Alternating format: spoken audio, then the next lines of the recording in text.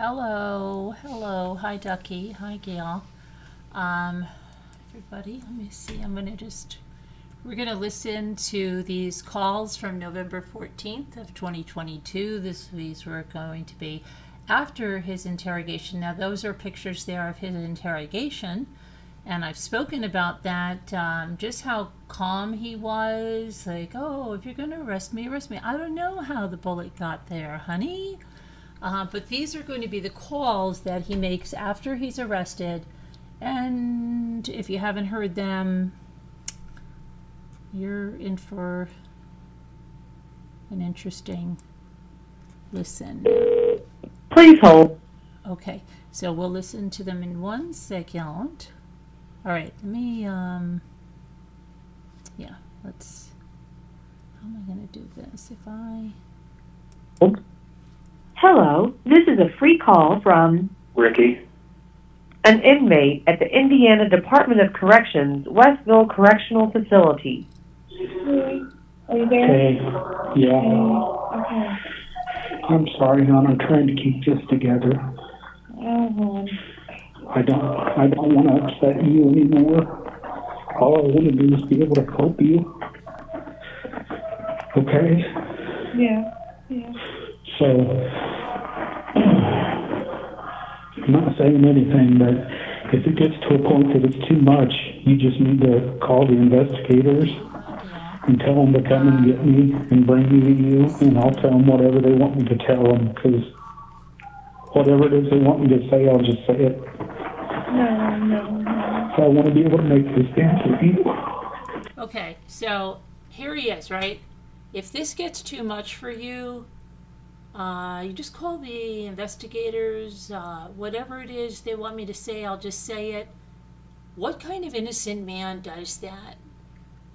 Tell me what kind of innocent man does that.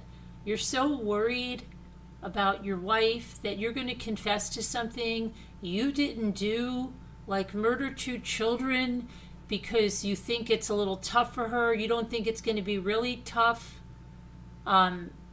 with her walking around knowing her husband and the whole town and the kid that your husband murdered 2 kids. That's not going to be harder. If he was an innocent man, don't you think he would say, look, this might be tough, but we're going to get through this. I didn't do this. So crazy. And for everybody else concerned because of this,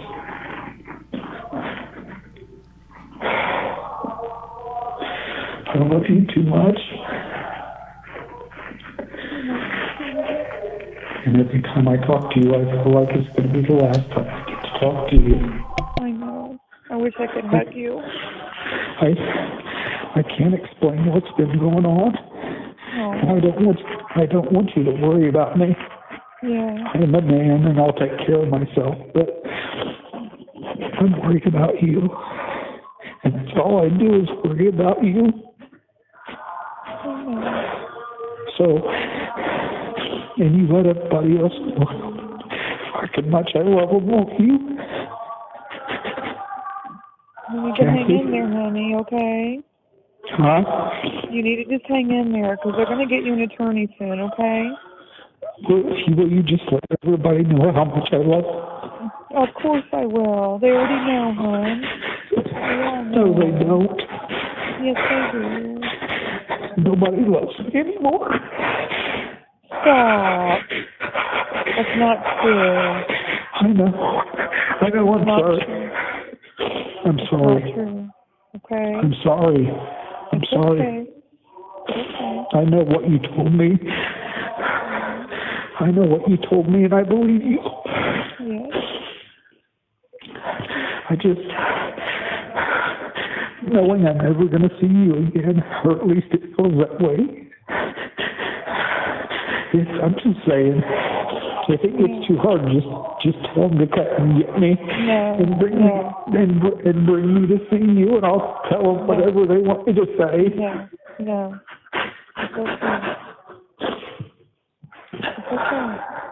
Okay. I don't need you to try and be strong for me. Okay? You need to be weak. You need to be held. You take care of yourself, okay? Okay? I know. But you need to get the help you need. I can't hug you. I can't tell you anything that's going to make you feel better. So please just make sure if you need Mom or Britt or anybody that you're going to them, don't wait.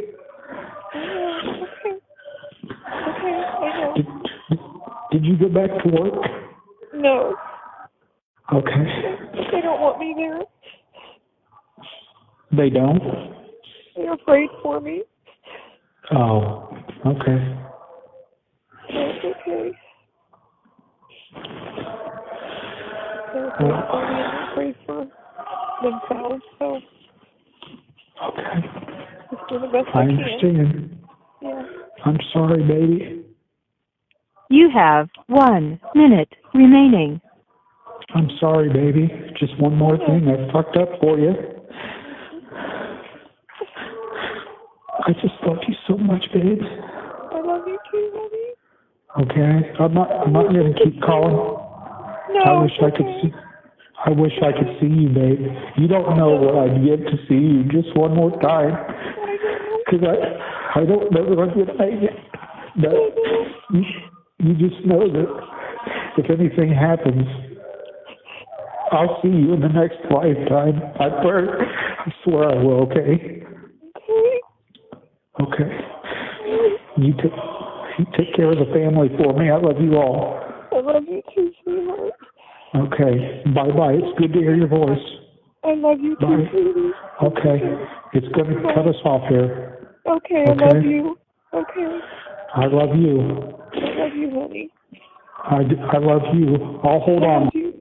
Thank you for using Okay, so that's the first call there with his wife. I mean, I don't know what I could say to make you feel better. How about, I didn't do this. I don't know how I was arrested. We're going to get a lawyer. We're going to fight this. I didn't do this.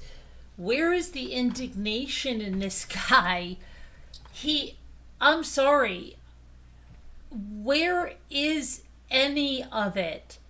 No, this is not just because this happened from the get-go with this guy. Okay, well, just arrest me then. Yeah, Frilly, I know, but they said they did clear that guy, and I agree with you on some things there, but seeing these interviews and hearing these phone calls have sealed the deal for me. There is no innocent person that acts like this from the get-go. Yeah, it's just,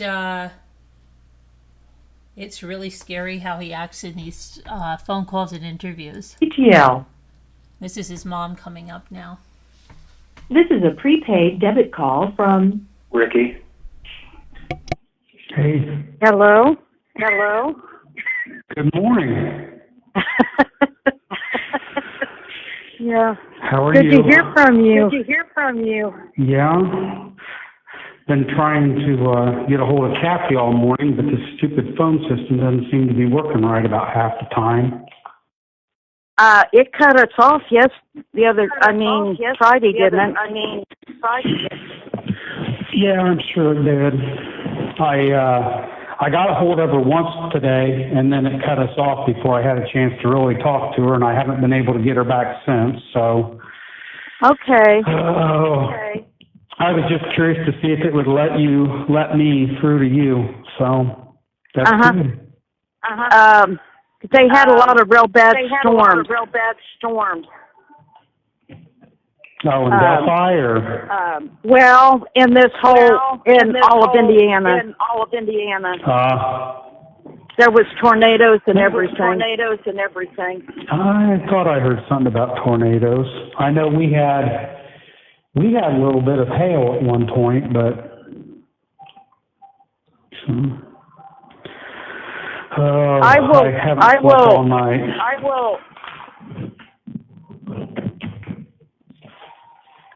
They may not have internet or anything either. You still there? Yeah. Okay. Hey, if you talk to Kathy today and I haven't yet, just tell her I'm okay, and I'll talk to her as soon as I'm able to get through to her. Oh, okay, I will.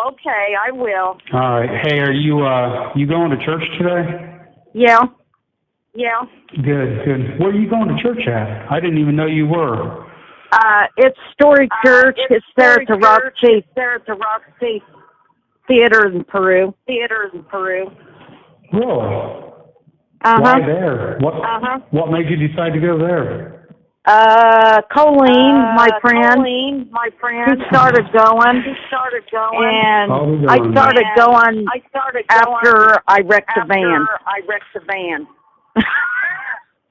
When did you wreck the van? Oh, it was in February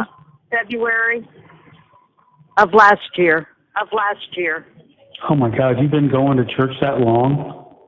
Well, I've been going probably for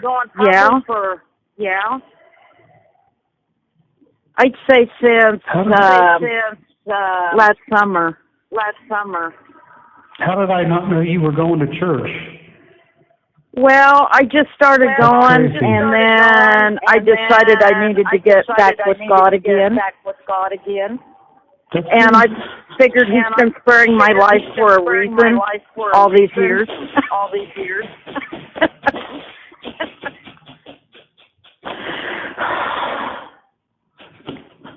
That's good to hear. Yeah. And I'm glad that I did because I wouldn't have made it through all this without Him. Yeah.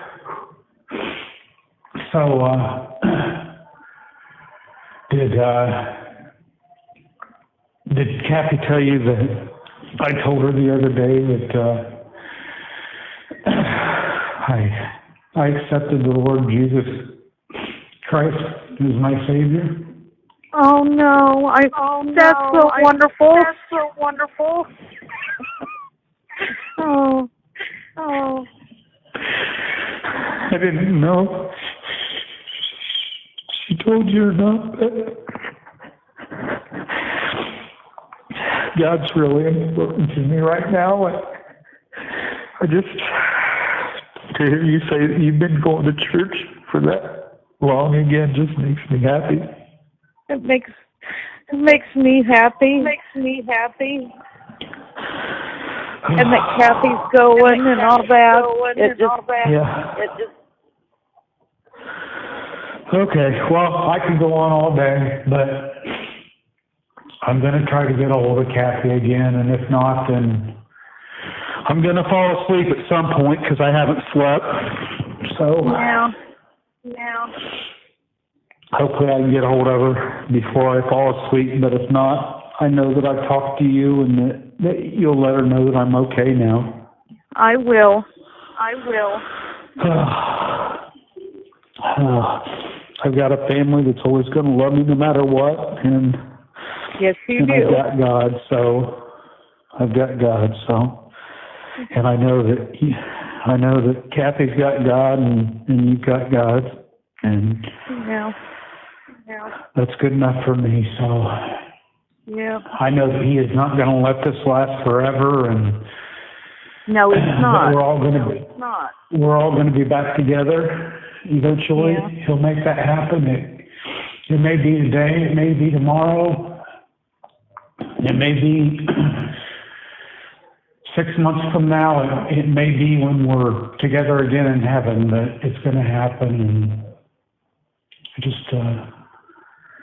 I just think God's going to work a miracle through all this. Yeah, I think He already has. I mean, Kathy sent me a Bible. I didn't accept God into my life until March 21st of 2023. So that's a week ago, week and a half. Yeah. And I never would have done it if I hadn't started reading the Bible. This call And is I April wouldn't of have read the 2nd Bible of if 2023. The first call was Kathy in hadn't sent November. it to me. And She's been trying for a long time to get one to you. And I questioned, when I called her and tried to tell her that I had accepted God. I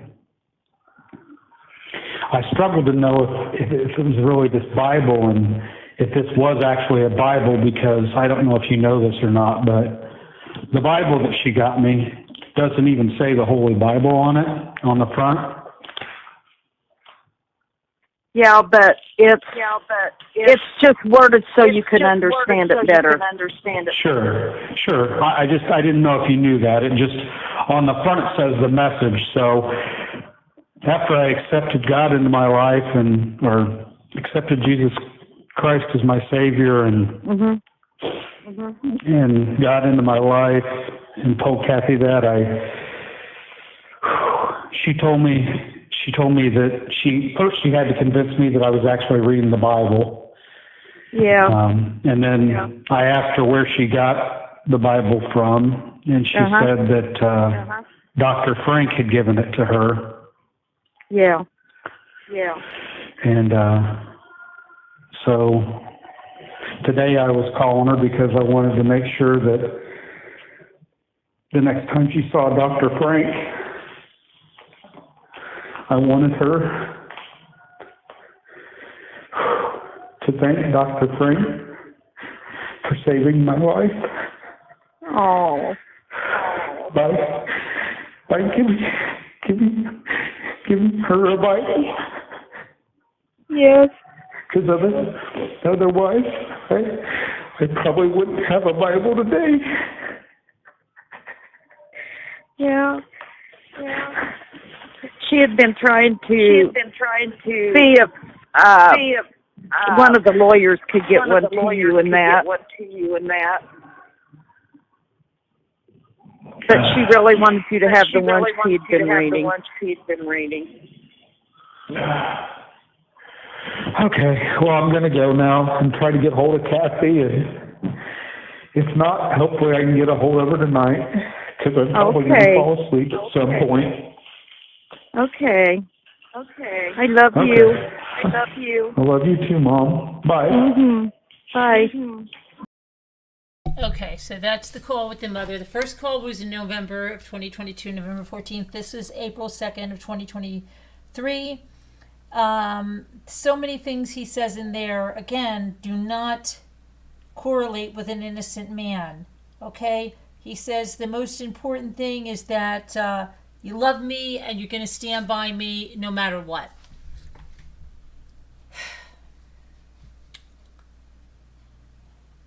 Wouldn't you say, I'm so glad you're standing by me. This is such an injustice. I'm an innocent man. I didn't do this. They've got the wrong guy. I've got to fight this. I'm going to never stop fighting this. You don't hear anything from him like that. It's like once he knows, and he's very consumed with, will you love me no matter what? We heard in that was the first call, nobody loves me anymore. Yes, see, he's not saying they've got the wrong guy. It's crazy. So, let's see. Let's go on. Hi. Honey? Yeah. Are you there? Yes, babe. Yeah, babe. What's going on? I just wanted to apologize to you. What's going on, sweetheart? I did it. You did No, what? I did it. What? I killed Abby and Libby. No, you didn't. Yes, I did. No, you didn't, Darren. Yes, I did. Don't say I don't know why. No, you didn't. No, you didn't, Darren. You're not feeling well. There's something wrong.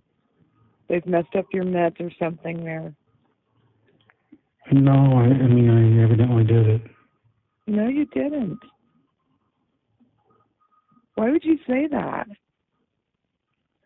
Because maybe I did. No, you didn't, dear. I think I did. No, you didn't. They are screwing with you there, and I'm trying to get to the bottom of it. There's something wrong. They are messing with you. They are messing with your mind. Did Dad tell you I called? Yeah. What did I say to him? I don't know. I talked to your mom, but she called me in, and we're just worried about you because something's not right. Is there a way to talk to Dad? No, honey, I'm not with them right now. And there's something wrong. They're screwing with you there. What did they say to Dad? They have done something to your food or they've done something to your meds. And there's something wrong. Don't you ever say you did anything, because I know you didn't. I think I did. No, you didn't. Why would you say that? Because I think I did. No, you didn't. You know you didn't. I wish I could say I didn't. I don't know. You don't know. See, exactly. There's something wrong. They're screwing with you. They're trying to get you to say things. They're trying to mess with your mind. No, I deserve it, I guess. There's something wrong. No, you don't. I just wish they would kill me or let me apologize to the families at least. Dear.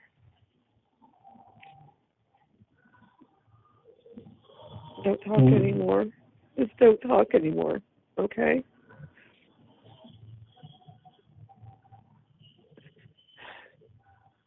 I'm sure I wait. Don't talk anymore. I need to get a hold of somebody there.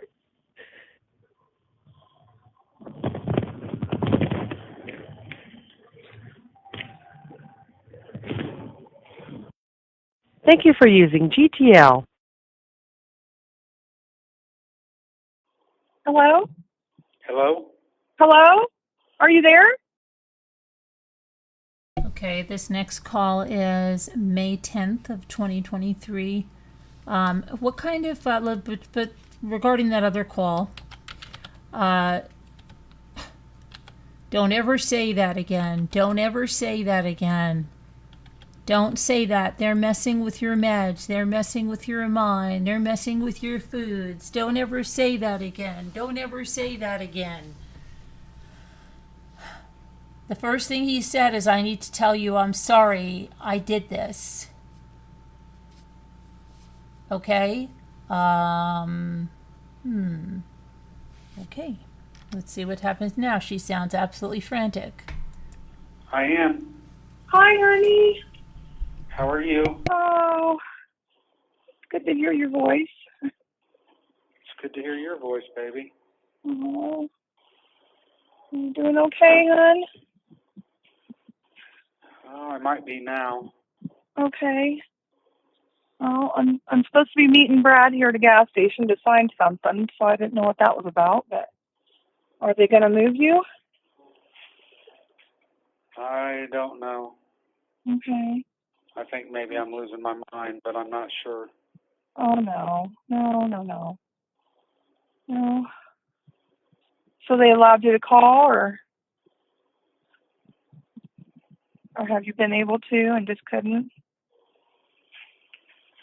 Oh, great. This is the part where it gets weird. Yeah.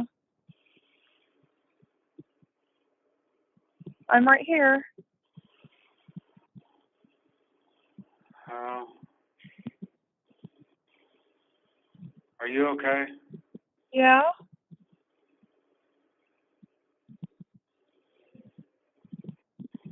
Yeah, what's going on, hon? I don't know. I just think maybe I've lost my mind. Oh, no, honey. We've all lost our minds at this point. So Brad and so I can trust Brad and Andy then? Yes, you can, sweetheart. Yes. Let's not talk about anything that we don't need to, but no, there are lawyers, honey. There are lawyers. Well, I need to tell you something anyway. Okay. Are you sure you want to talk to me over the phone? I think I have to. Okay.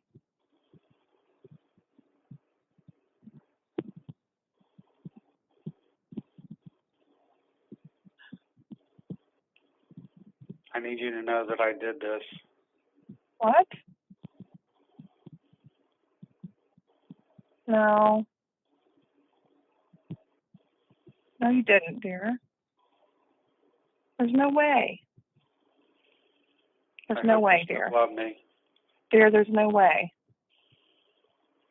Okay? I hope you still love me. I always will go love you, honey, but no, you have not done anything. And I think you are not well. So you don't need to be saying you did something you didn't do. Well, hon, this is the first time I've been able to talk to you, and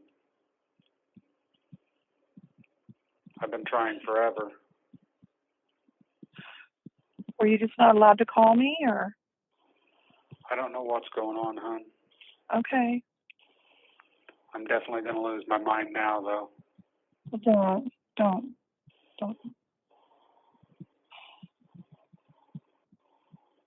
I'm supposed to be meeting Brad here for some reason, so. I don't know that, but. I've been asking for personal visitation, and that's not going through, and I know. then it's taken me, feels like it's taken me forever. You have 1 minute remaining. It's okay. Are you there? Yeah, I'm here. I'm just trying to be at peace with things. Honey.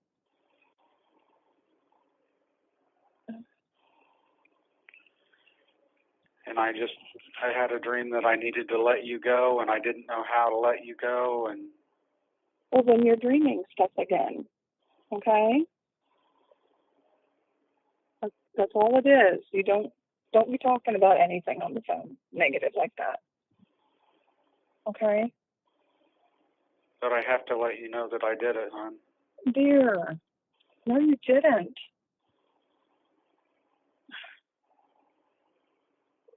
There's no way. There's no way. Thank you for using GTL. Okay, so she's in real, deny. He sounds calmer than calm. Oh no, so it's just that you're dreaming. No, I need to know that. I need to let you know that I did this. I did this. No, you didn't. Yes, I did. And you still love me, and that's all that matters. Okay, this is, crazy. Hello? Hey. Hey, it's me. Yeah. I need to know if you still love me, baby. Yes, dear. Okay. And everybody else will as well?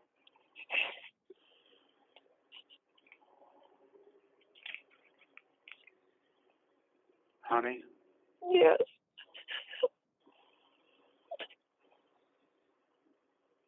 because I may have to spend the rest of my life here, or... Stop talking about it, please. That's not true. Okay?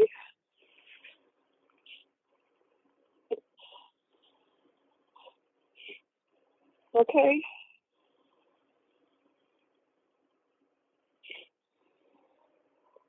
I don't understand.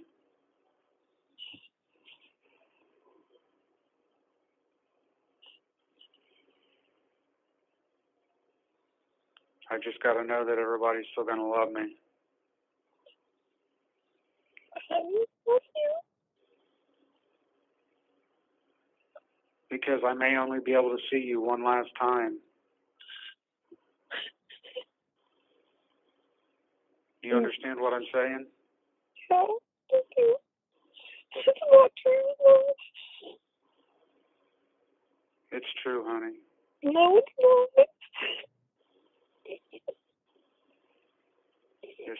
It's true, honey. No, it's not. You're not well, sweetheart. I'm well. No. No, you're not. Yes, I am, honey.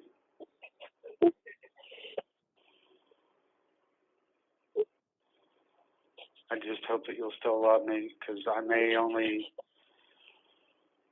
if I get the electric chair, or if I get the death penalty, No. No. No, honey, that's not going to happen. No.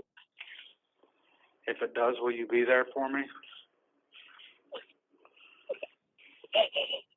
Yes.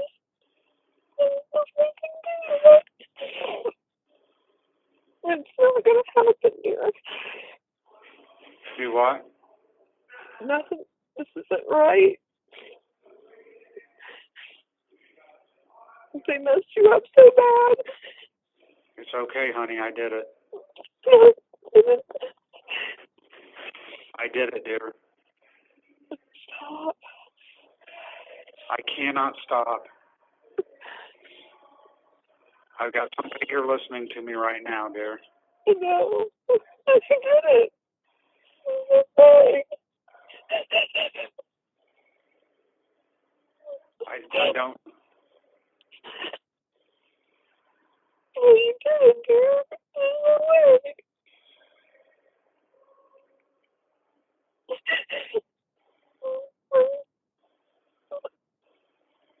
I killed Abigail, dear.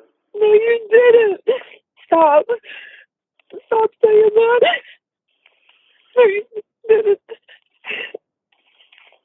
I knew I was supposed to let you go. I was trying to let you go. Stop. Dear, we're going to be back together. You have 1 minute remaining.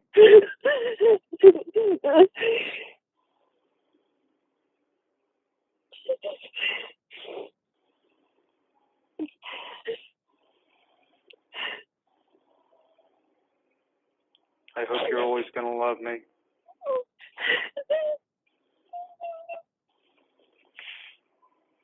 No matter what.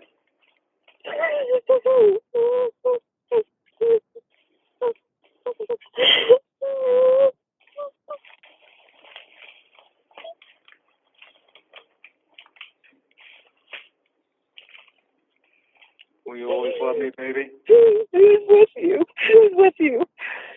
Who's with you? Who's with you? You need to stop talking. If your lawyer's not there, you need to stop talking. Who's with you, honey? Who's with you? Thank you for using GT.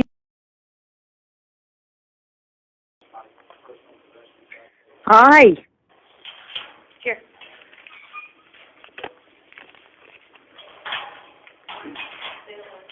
Hello? Hello? Hi, are you there? Yeah, I'm here. Oh, how you doing? No, I'm all right, I guess. Yeah. It's good to hear your voice. So did Kathy tell you that I did it? We're not going to discuss this, okay?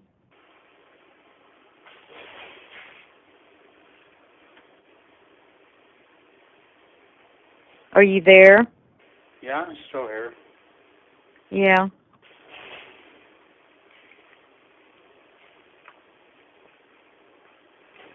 We love you. You know that, don't you?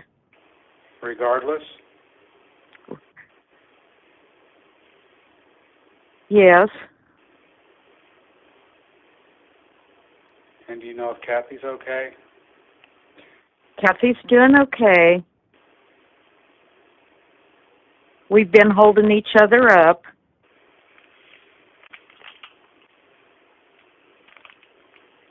I'm just worried that you guys aren't going to love me because of the fact that I said that I did it. Ricky, I just know you're not in a good place right now. And I'm praying for you, and we will always love you. No matter what.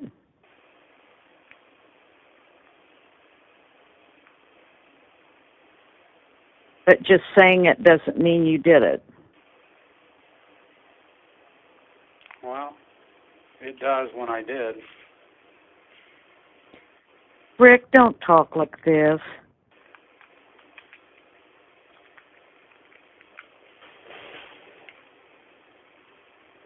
I think they're just messing with you. No, Mom, they're not.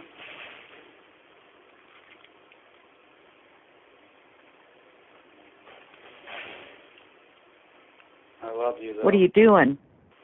I love you too, hon.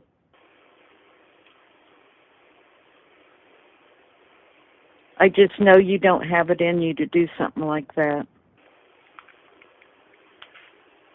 Mom.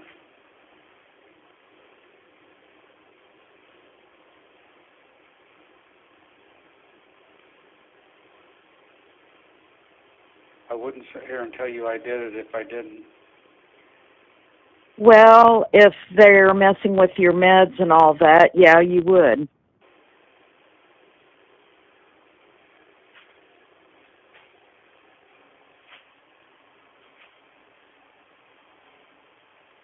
But we're not going to discuss the case anymore.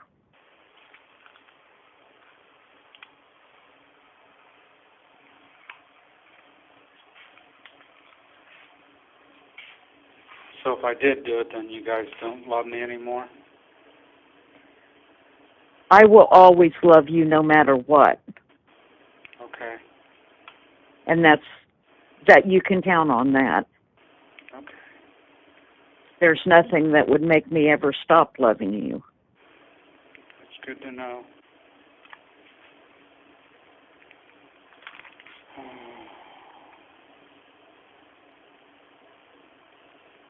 Are they letting you call again? Well, right now I am. Have you gotten any of my letters? I'm not really getting mail anymore. Again. I write you every day. Great. There's something else to share with my therapist. Oh, they're letting you talk to her again? They always have been letting me talk to her. Oh. Just once a month or on a regular basis? No, she's coming and seeing me every day. Okay. Well, that's good to hear. All right. Well, I'll let you go. Okay, hon. I love you. Yep. Tell everybody else I love them. Okay. Bye, hon. Bye. Okay. Hello? Hello? Hey, you still there? Hey. Yeah, I'm here. Mm-hmm. Oh. Need to get you some coffee. Yeah. Get your coffee or snacks or whatever you need, babe. Oh, I hate spending that money when I don't even know where it came from. It doesn't matter. It's in there. I wouldn't worry about it. Somebody's thinking of you, so I wouldn't question it. Hmm.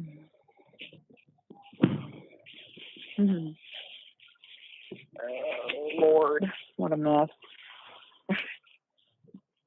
Good grief. Just when I think I've got everything,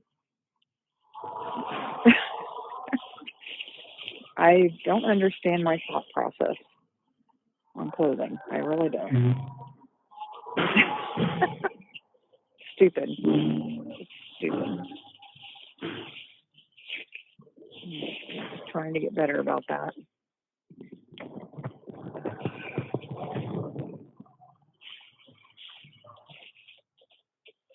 Oh, Lord. Here we go.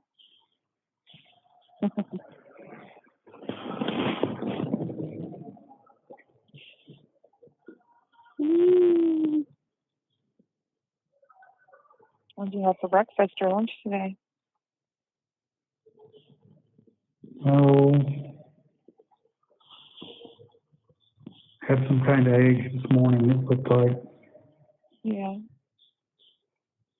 something fairly normal.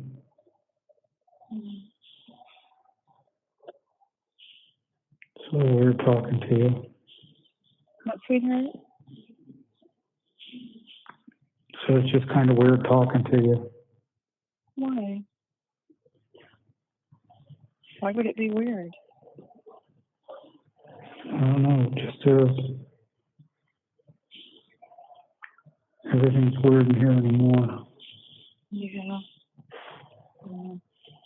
It's like I feel like I've lost my mind, found a hell or something. Well, we're kind of living it right now. It's not a good place to be in. Not a good place at all.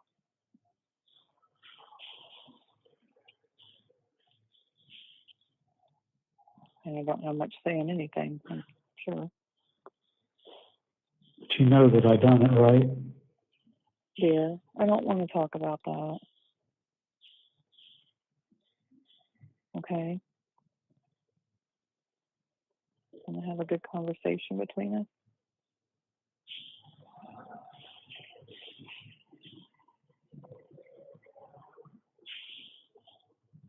And I just don't. I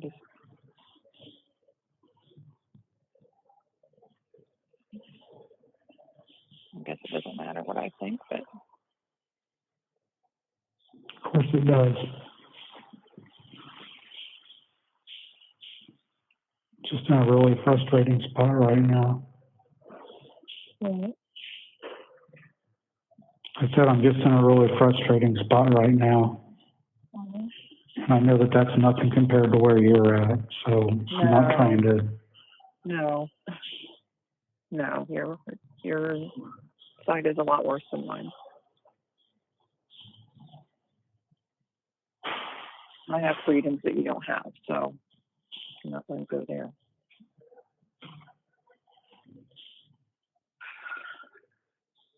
I feel guilty about that. I don't know why nobody will talk to me and be honest with me.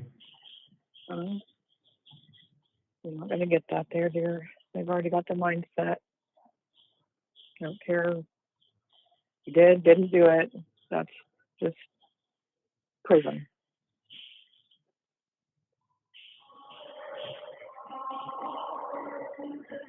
You're just another number.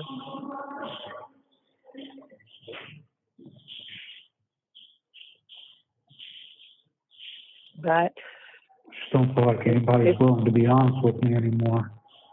Like everybody's afraid to hurt my feelings or something. I just think people have to be very careful when they talk.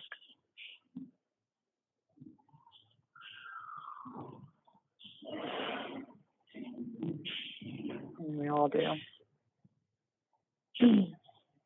Mm. If I can get a chaplain in there to pray with you, would that be okay? I mean, I've been trying to get a hold of somebody, but of course nobody ever answers. You have to go to voicemail, then it's full. So, but if I could get I had somebody a in there, chaplain that pray with me once, but it just okay. doesn't seem to help me any. Well, and it's okay because, I mean, praying to yourself is going to be very helpful. It's helped me immensely. And there's nice people out there praying for you. So you just got to pray the bad thoughts away, hon, and try. No, the demons are fighting hard to get you. I know, I feel like they've already gotten me. I'm already in hell. No. Well, you're kind of in physical hell right now, but your soul doesn't need to be. It's God, not anybody else's.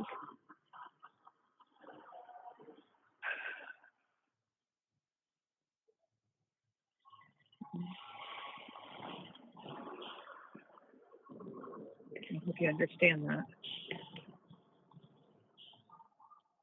Yeah. I'm sorry I ever questioned the Bible that you got me about asking it.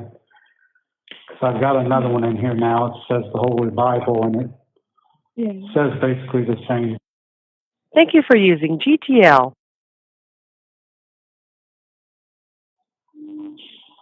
Hello? Hello? Hey. Hey, What's it? Hi. I get it.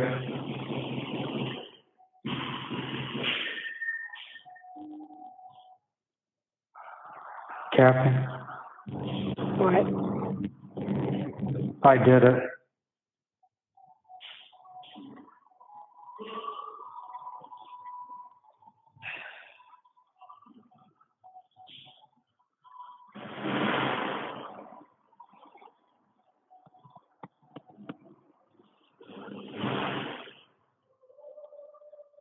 Do you still love me?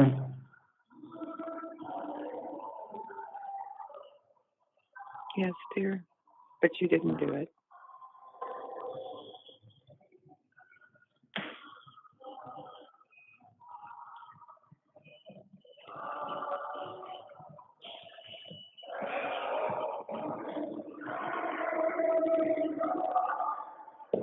Why do you say that? Why do you say it?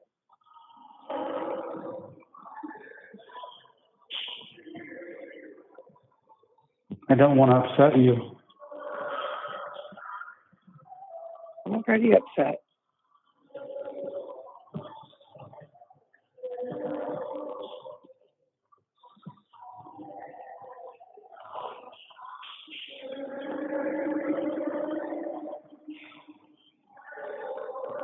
I'm sorry.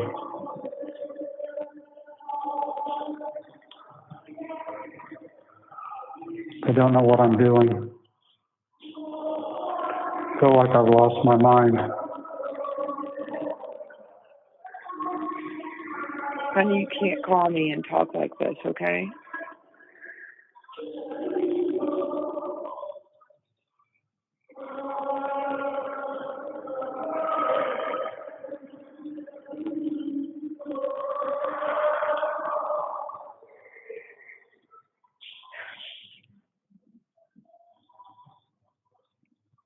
You're killing me.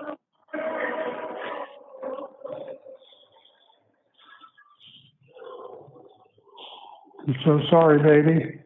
I can't talk to you right now.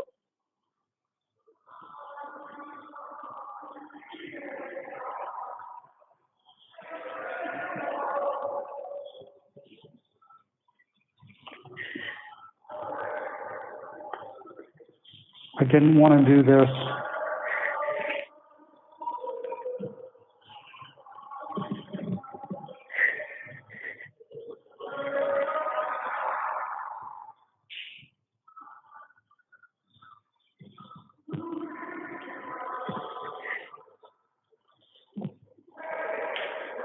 Honey, I'm sorry.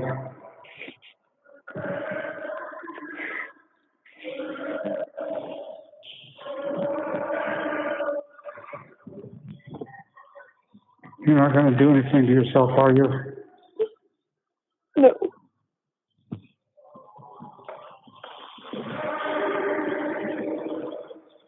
Probably going to have to kill myself now. Stop. You can't be calling me and talking like this.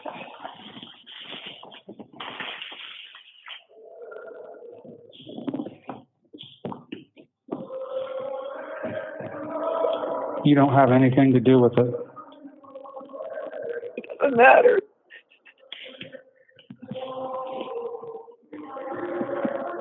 Why are you so mad at me? I'm not mad. I'm upset. I'm heartbroken.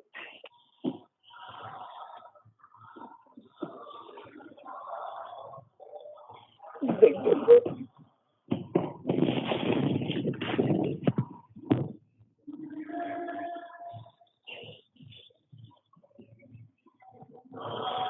I can't tell you what's been going through my mind.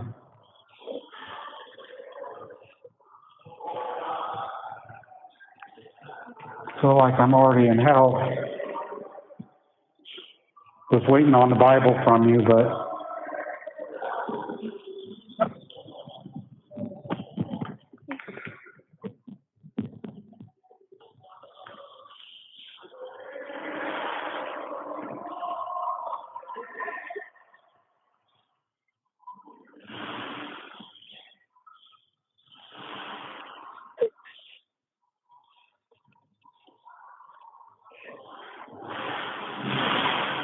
I don't understand what's going on. Neither do I.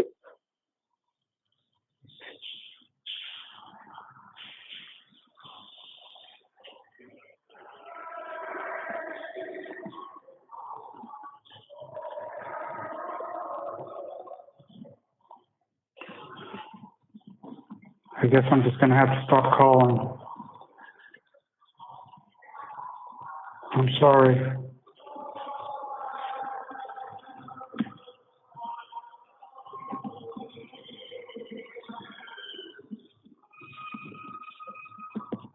Okay? You can't call me honey if you're going to talk like that. I'm going to talk like what? I can't be talking. Thank you for using GTL. Okay, so those were the jail calls. Those are what they heard in court, along with the interrogations. I know what you guys are saying, like, okay, could he have been beaten down so much that he said this, but he was taken into the interrogation room and there was, like, nothing that you would expect in somebody that's taken out of their life and told, we think you murdered 2 girls in a very high profile case that happened 5 years ago, and you're just sitting there like, yeah, see those pictures where he's sitting there? See his arms stretched out like that? That's how he was talking. Okay, well, you could talk to my wife. She'll tell you that there's no way I could have done this. You know what? I don't know. Just arrest me. It's,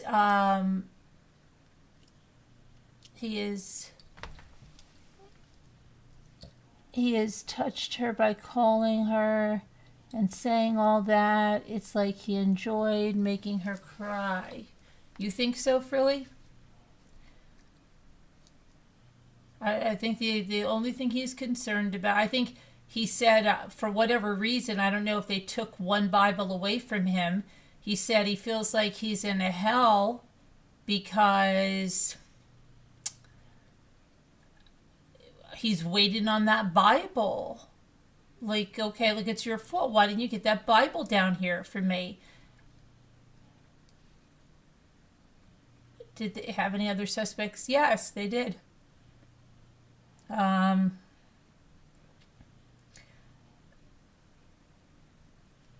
He is not, come on now.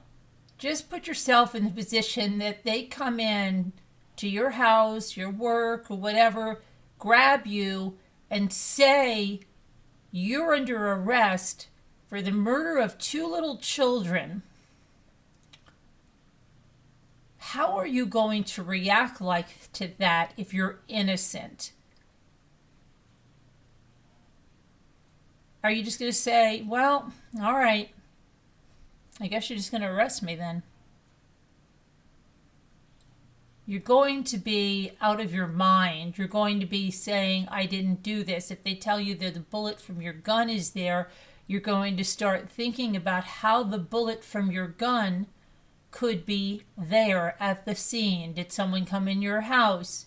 Did someone take it? Were you framed? There would be a million things you would be saying. You would not be acting like this man. You think he's looking for them to say, we love you no matter what. Please don't hurt yourself. Please, please, please. I do. He wanted her to beg him to continue to call her. Yeah, right. I believe that. I think what disturbs me the most is it took so long to find him. There was something missed in the case and stuff, but it's just, there's so many people that think he's innocent. It's ridiculous. It's absolutely ridiculous.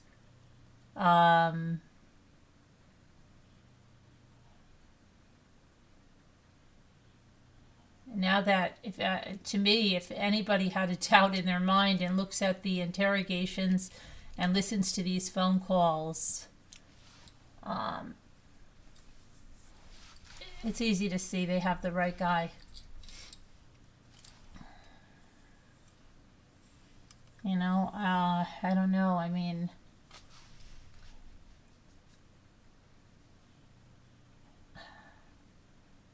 so crazy. You know, they even gave him outs that he might have been mushroom hunting and might have taken his gun with him, and maybe he discharged around, and that's why it would be on the ground. They gave him these outs, and he didn't even take it. He seems completely mentally ill and all medicated and is probably guilty. Yeah, well, he wasn't medicated in those interrogations, and he was calm too. Even when the investigators were like yelling and stuff, he was calm. When his wife came in, he was just like, you couldn't do this, right? You know I couldn't do this. Like, he wanted her to say it. Well, if you ask my wife, she'll tell you I couldn't do this. So, yeah, just, you know, I mean, let's see what else we've got on this guy here about these,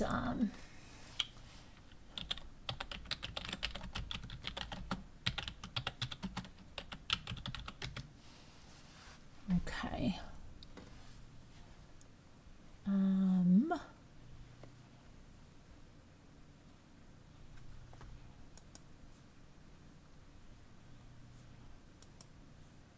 Okay, let's see.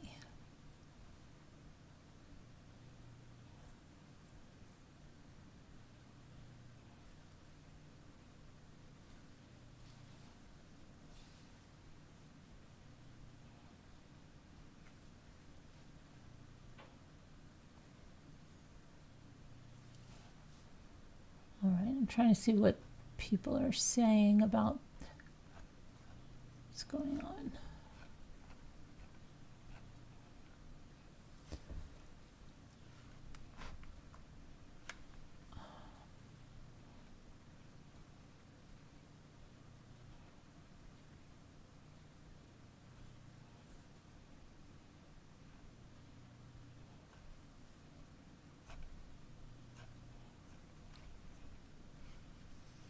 Okay, let me go over here and see what they're saying.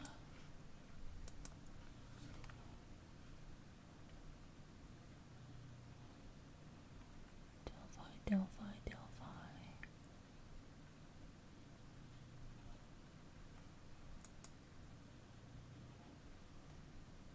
Okay.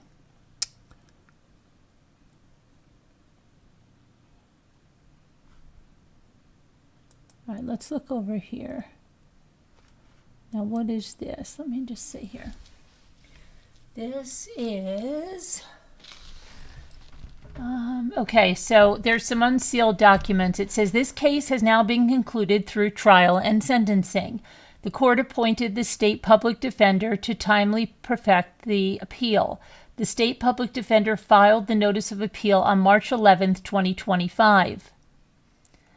The court previously sealed numerous court orders at the defendant's request regarding ex parte motions for funding.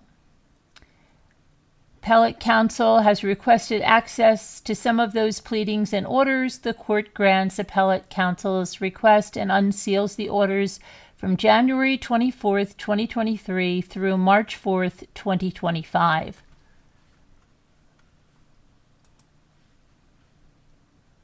Okay, so let's see what we've got over here, okay?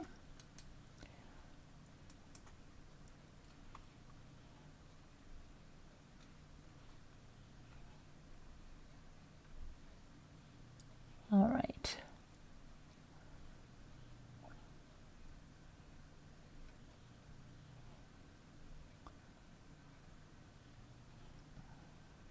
Invoice. I'm just trying to get just things that you want to look at.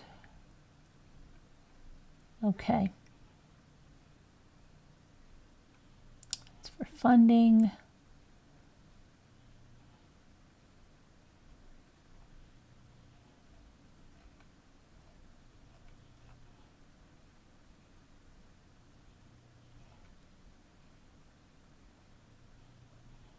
This is just about fees that people were paid to. Trying to see what else they have here.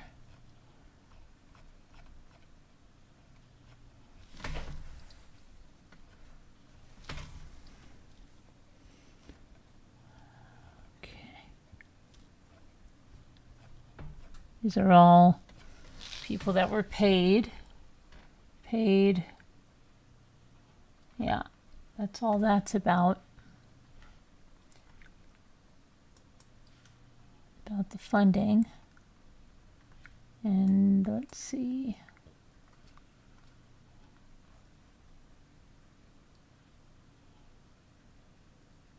For instance, court authorizes the defendant to expend $5,000 retainer's fee for an expert, William A. Tobin, for the purposes of ballistics and tool mark identification.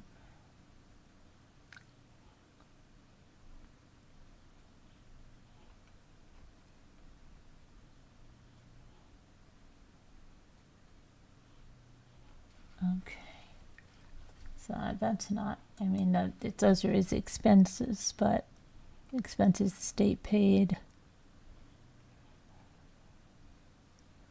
Let's see what else we have.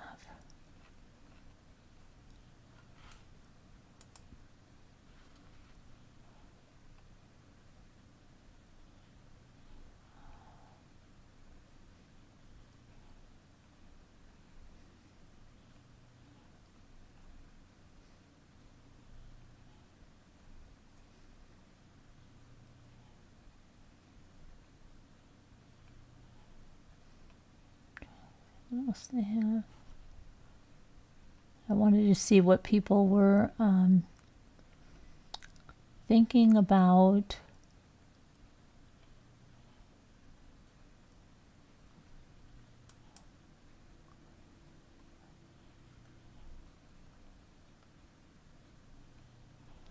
Okay, so this is another document. Let me see. This is the completion of the clerk's record. And it says, let's see here. Case summary and all the motions and everything that's filed. So all the court proceedings.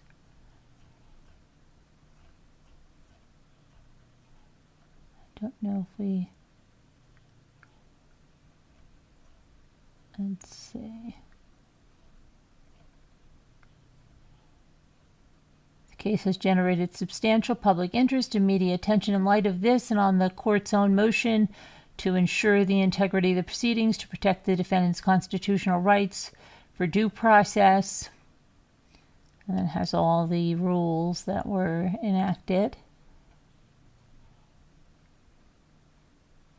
Hearings, scheduled motions, filings.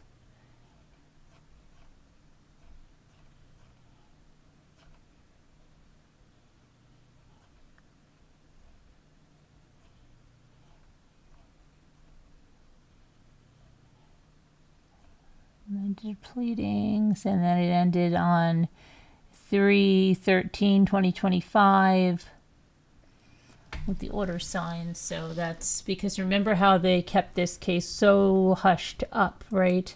They didn't want anything broadcast. They didn't want any transcripts. They didn't want you to watch it later. They kept this so under wraps. There's 2 new orders that were here to preserve and produce specific evidence under advisement. Let's see. Exhibit release, the 43rd second bridge guy video. Order regarding, let's see this, defendant's motion to reconsider denial of motion to correct error.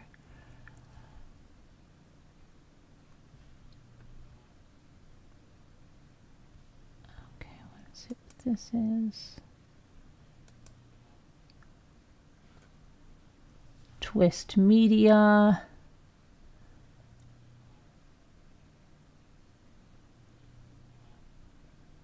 Seeing for the media files and the photographs. And that's, I think it's the Division of ID Discovery. Let's see what else we've got here.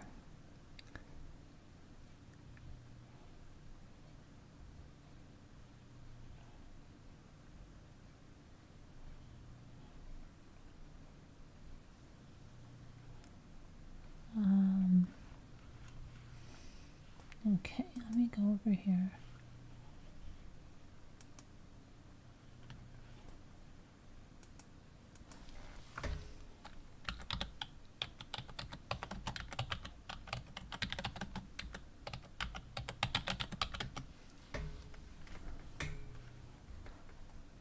All right.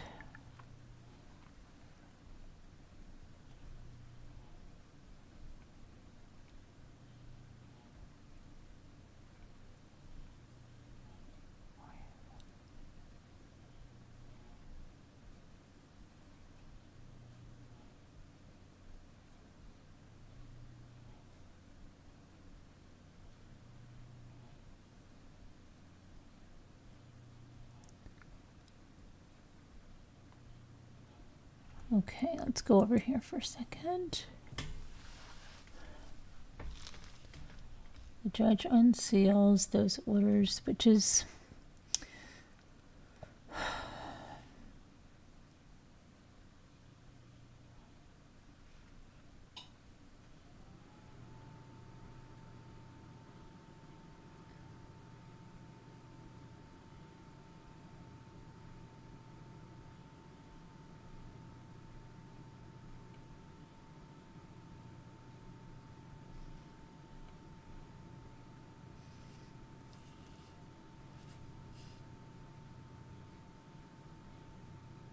okay.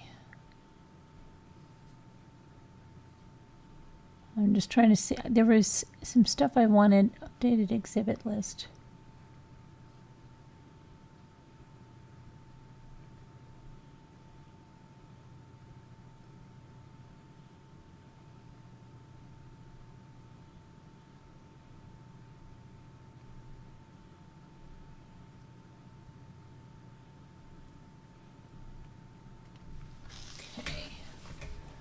is not. I was trying to see if they had anyone that had heard the phone calls and that they were going to discuss them.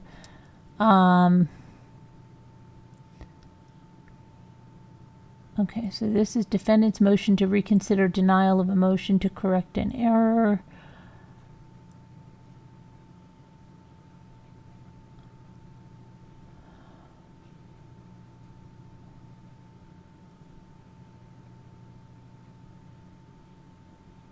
Affidavit of James Winters.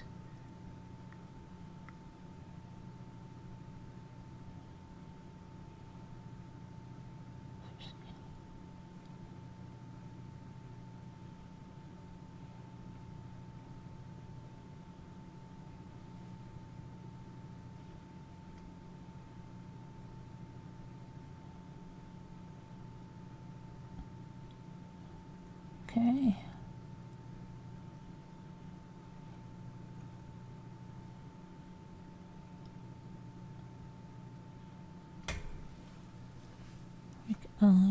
Okay, let me see what this is. So, hang on.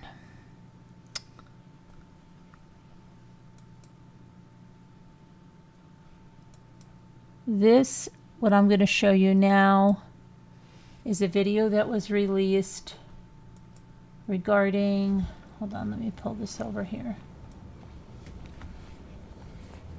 Get over there. Hold on a minute. Hang on.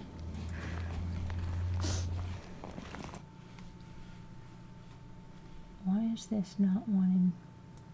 Let me pull this over here and then open it up. Okay. Oh my goodness.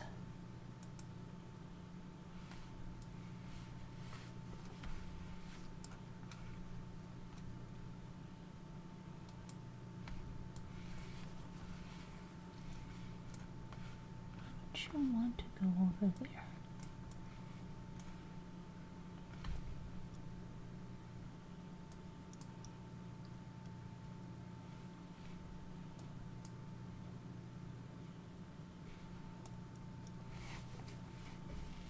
For some reason, it's not letting me. Okay, hold on a minute.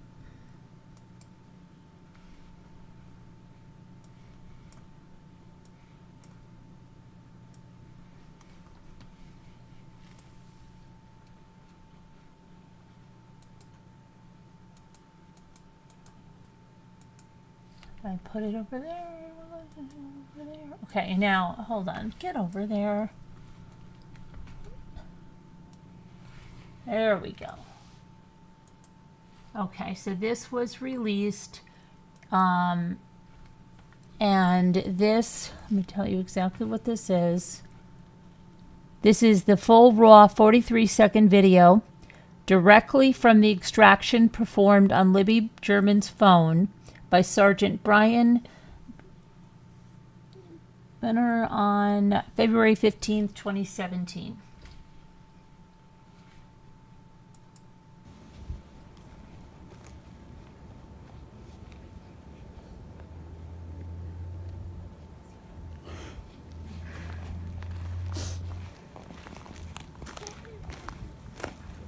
See, this is the path that we go down.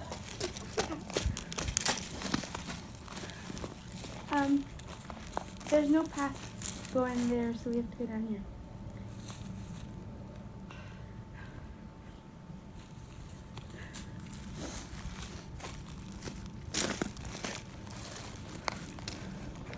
Hi.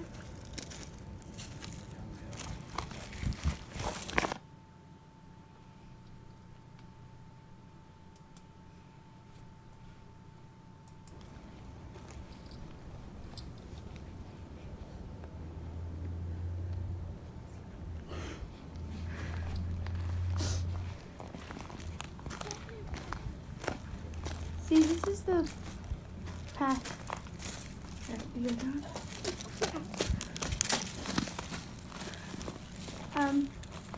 There's no path going there, so we have to go down here.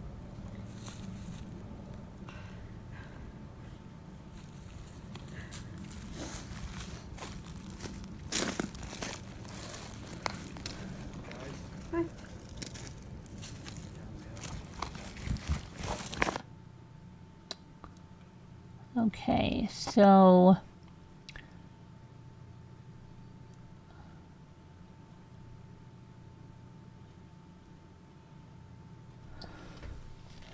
she says there's no path, but this is the way we can go down. At the end, it sounds like he says, guys, height, something like that, you know.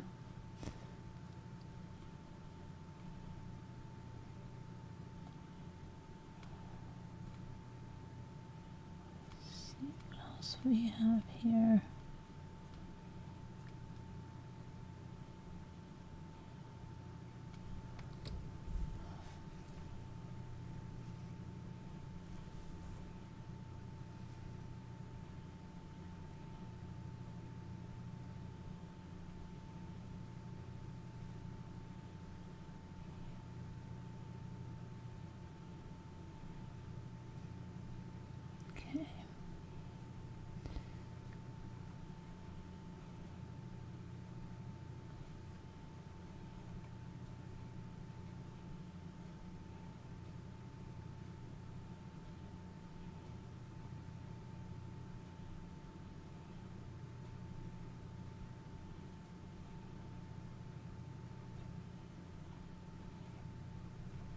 Okay, I'm trying to see what, let me see.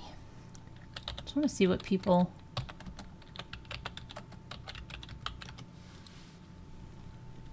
okay, here we go. Let's see what people say about these jail calls, all right? So someone says if his wife or his mom had just once given him the opening by responding to his confession with, tell me what happened or why, I think he would have let out all the details. Someone said it was infuriating to not hear one why. Right, so frustrating. They immediately jumped to the messing with your food. They're messing with your meds. They could have helped get justice for the girls sooner and easier. Probably could have got a plea deal, avoided the trial. Someone said this was my first thought after listening to these calls. If the wife or the mother had just said, tell me what happened, I believe he would have spilled it all. Now I don't think we'll ever hear. I find it hard to believe that someone who confessed as many times as he didn't continue confessing. I believe he tells the whole thing soon enough. He was actually getting frustrated that his family wasn't taking his confession seriously. Unbelievable. That's what I got from it. He was trying to clear his conscience and get reassurance from them that they still loved him. They would assure him they loved him, but then they'd say he didn't do it. So it was driving him further into madness that he couldn't reach an internal resolution with them or begin moving into a space where truth was out in the open. Someone said, I think this is why his mental health declined while in prison. He kept trying to confess and do the right thing, and his wife and lawyer wouldn't let him because each time he acted insane was right after they denied him a chance to confess. But I also think he was enjoying giving these sort of half confessions. I think I did it like going back and forth, sort of having his cake and eating it too. Let's see. Someone said, I remember them saying he was completely spaced out and having a mental breakdown. I don't hear anything in his tone but the obvious stress and realization that he's caught. The defense tried to argue that he confessed to his wife under such duress. This man sounds guilty, and the mental breakdown they're talking about is self-inflicted anxiety because he knows he did this. He seems completely coherent and able to understand reality versus not. All this time, based on the defense lawyer's statements, I thought he was a slobbering mess in a straitjacket. Just seems guilty. Someone said, I think part of his mental breakdown was from his wife and mother pushing him to shut the F up and denying him his chance to tell the truth. It was probably very confusing. Like, do they actually think I'm innocent or do they not care that I'm guilty? Someone said, I didn't listen to all of it, but at least in the first couple of conversations with his wife, it seemed she was in denial genuinely, the way she was saying no reminds me of how people will say no when they hear someone has died. They know logically that it's true, but they can't accept it yet. Someone said, yes, I agree 100%. Since he has DPD, he is relying on them reassuring him they still love him, even though he killed the girls. Them refusing to believe his confessions means he isn't getting the reassurance he craves. Dependent personality disorder, DPD.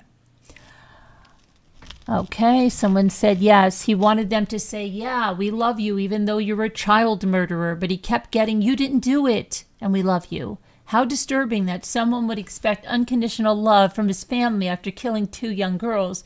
He seems totally fixated on his desire to be loved, regardless of what he did. Let's see.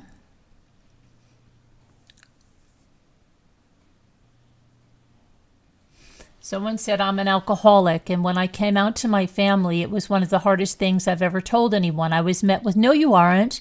You just need to cut back a bit. That shite had me enraged. He is trying to come clean about doing the unthinkable, and they tell him that he didn't do it because they aren't ready to accept that their person could do something like that. Someone said that was 100% my take as well. He sounds totally clear-headed and matter of fact, like he's accepted what he's done. This and ready for them to accept it now too. The wife and mom sounded far more delusional than him, trying to convince him he didn't do it and that he was losing it. They were the ones feeding into that narrative. They sounded like they need a psych consult just as bad. Time to accept reality and deal with it. Okay, let's see. It says it's hilarious that it's 1-1 and yet there are still people refusing to believe it. Okay. It said, Rick and Kathy's relationship seems very odd. The way they talk to each other is strange. I'm sure part of it's because at least Kathy is trying to limit what he says on these calls, but another part of it seems like maybe they've just never had real deep conversations about true things. One thing that seems to be certain is he's struggling emotionally and mentally. I don't think his mind and spirit will recover until he lets it all out to someone who will listen. I got the impression a couple of times that he was ready to talk, but his wife and mom shut him down. I wonder if he has been or will be able to do that at some point. And they're quoting him, you know that I done it, right? Yeah, just I don't want to talk about that, okay? What in the absolute F is going on in her head? I wanted to feel sorry for her, but for her to acknowledge that she knows he did it, but just doesn't want to talk about it. Lady, it is grace and privilege that the two of you get to chit-chat on the phone and have the ability to pick and choose conversations. I bet Libby and Abigail's families wish they had that choice. She's trying to get him to stop providing evidence because she knows it's recorded. This leaves no question in my mind that he's the same guy on the bridge recording. Not only that, but they really made it sound like he was a raving lunatic when these confessions were given. And in reality, it sounds like he's fairly composed, if not slightly manipulative. Him and his wife come across as two very codependent, manipulative, and somewhat histrionic people after this. Not that he could look any worse, but his wife just lost any empathy I was willing to extend to her before I heard this. Someone said when he said I did it, I killed Abby and Libby, I got chills.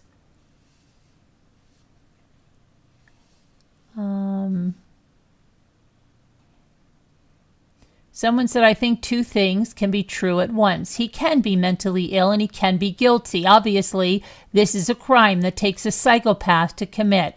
I had a little bit of doubt that he wasn't solely involved, but after hearing these, I think there's no doubt. He sounds like Bridge Guy, first of all, but he also sounds mentally sound.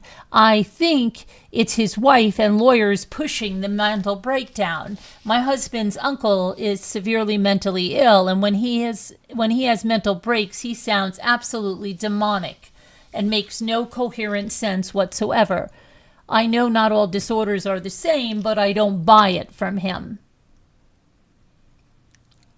Someone said that was absolutely infuriating to listen to. The amount of denial these people have is disgusting. Really, they're messing with his meds to make him falsely confess. I'd love to know what this magical concoction of meds is that would make someone do that consistently day after day. His wife keeps saying he's mentally unwell, but she sure needs to take a long look in the mirror. Kathy knows he did it, so does his mom. Someone said it's interesting that he never mentions his daughter in these calls, never says he loves her and misses her, never says he worries about how this will affect her, just as he misses his wife. Okay, let's see.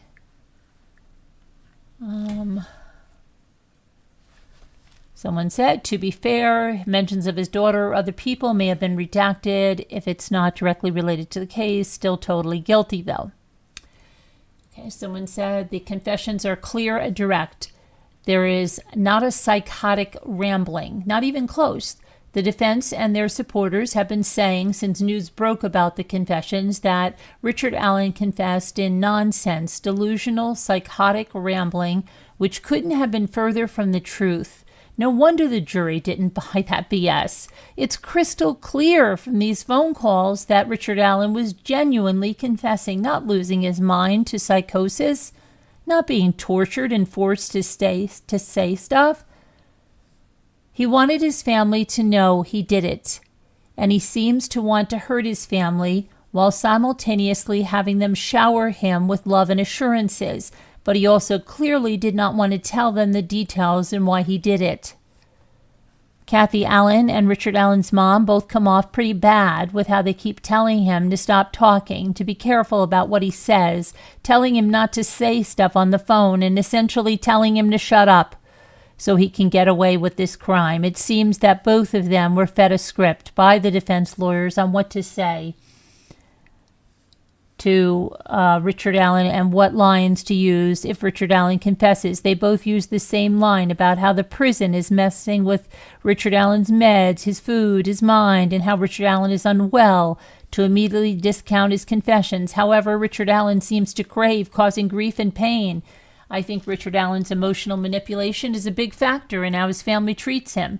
He uses intense emotional experiences to strengthen his relationships. The fact that he was calling Kathy and constantly confessing to her, and then once she would get upset and start crying, he would talk about how he might get the death penalty, how he's going to die, how he'll never see her again, how he has to kill himself, how he keeps escalating it to the harder she cried, while sounding entirely emotionless himself, seemingly just to get a reaction out of her. He would do all that and then ask for reassurances that she still loved him and wasn't going to leave him. He was for sure manipulating her hard. No doubt this is not new behavior for him.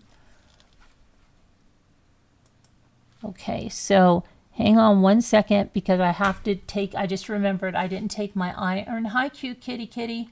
So essentially, hi Linda, they're saying what I think the majority of us, well, I can speak for myself, what I've said since I've listened to these from day one, that they have only cemented, hang on, I just have to hold on, I'm just getting my iron, 1 second.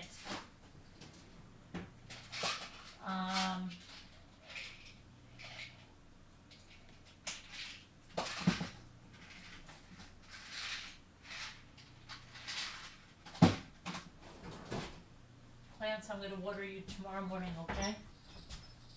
Hang on for me there. Good. Okay, I'm coming. Hold on.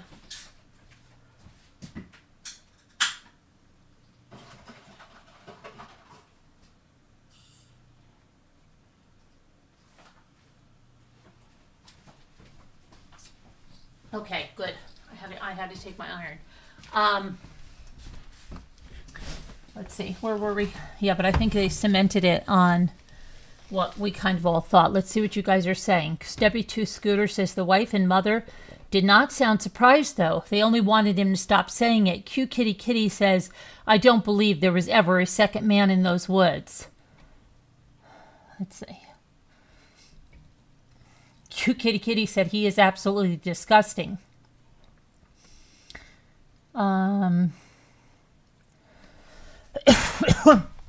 Let's see what he got. I'm going to go back here to what you guys are saying. Exactly what I was saying up there. Bucky said, this is so sad, says Slim. Okay, so let's go and see.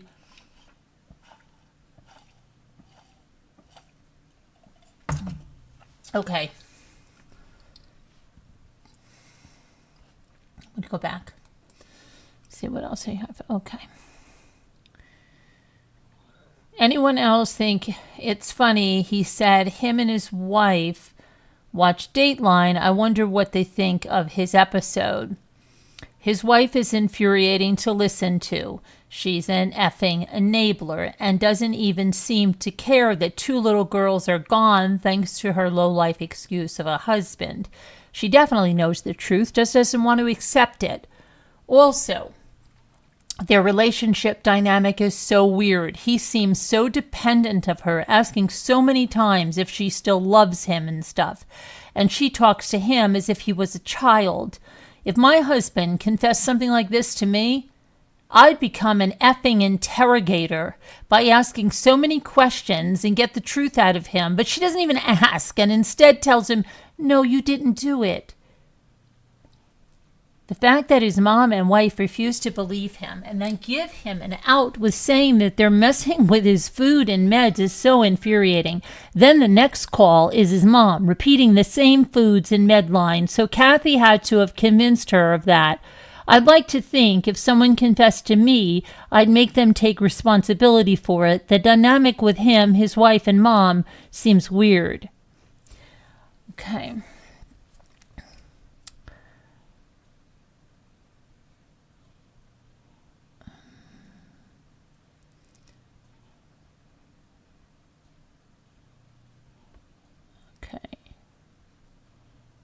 I find it interesting how he either mentions Abby first or only mentions Abby. It's almost like he has more regret for killing her, which is very interesting because Libby was seemingly killed with more rage and in much more vicious manner, almost like he thinks she deserved it, but Abby didn't. He also doesn't mention his daughter, who coincidentally looks just like Libby. This is pure speculation on my part, but I feel like it's a big reason they were targeted.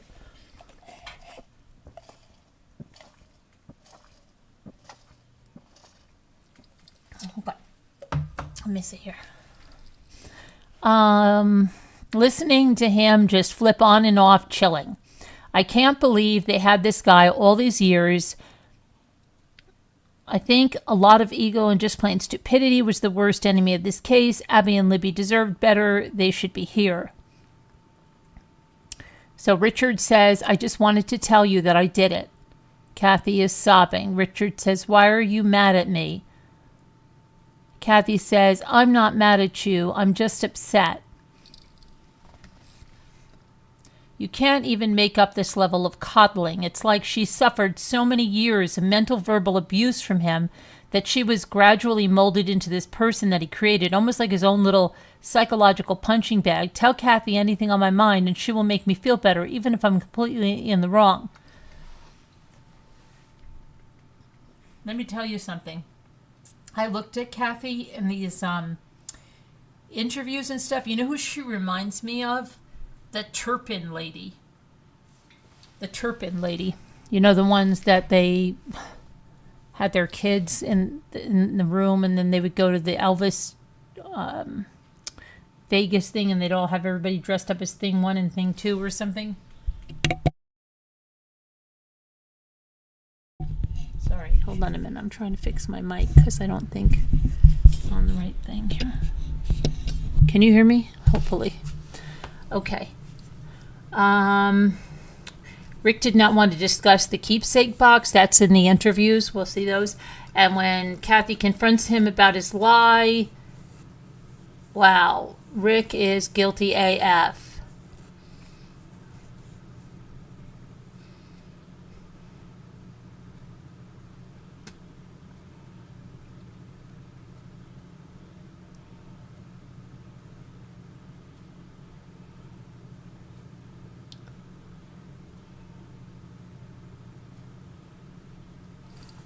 What was this about?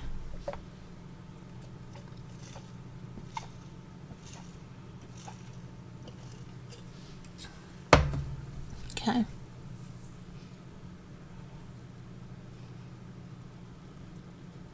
Someone said, I can't believe there's still a certain percentage of people that can watch all of this and claim he's innocent.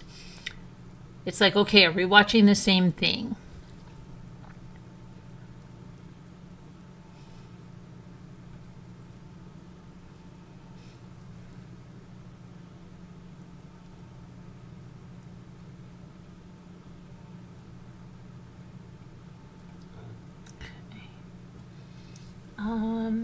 His voice sounds a lot like the footage of the bridge guy, they said.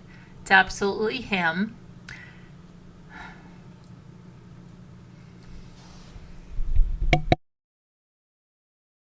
Let's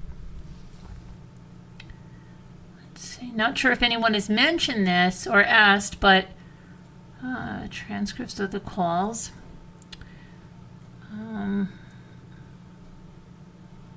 Kathy Allen knows it was him. She's completely selfish, someone said. That voice, it's undeniable evidence proving beyond a shadow of a doubt that he is Bridge Guy. I 100% agree. Nobody recognized his voice for 8 years. I caught it in 30 seconds in the audio. Someone said, I'm so glad they're letting this information out. After the trial, I was left with a very bad taste in my mouth because I felt the evidence they had was not nearly as strong enough to convict someone of murder and sentence them to life in prison. After these video and jailhouse calls, I feel much better about the resolution of this. Yeah.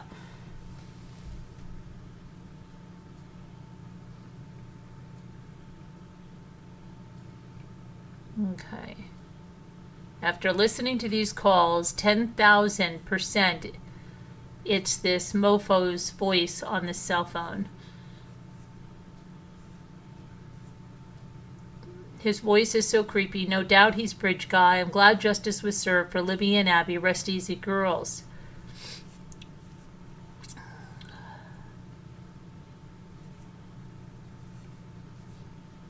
I'll never comprehend, and nobody recognized him or his voice.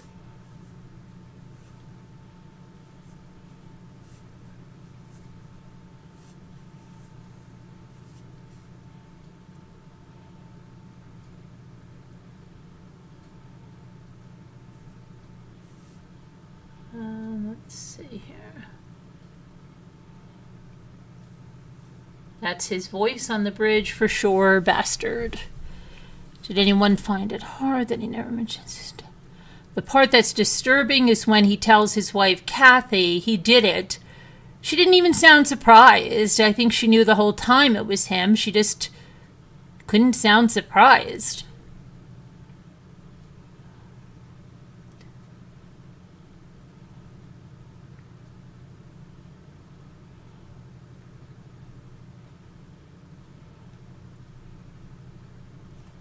Okay, so that's what I wanted to see about that, but let me see.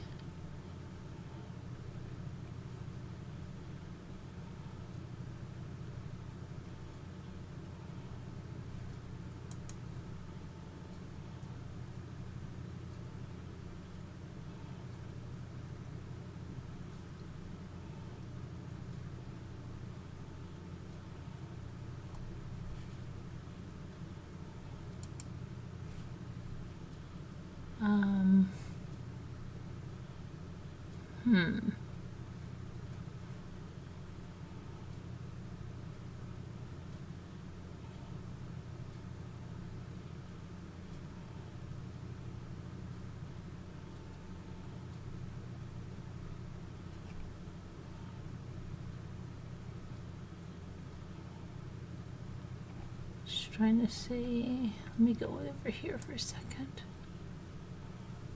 Oh, quirky. All right, let me see.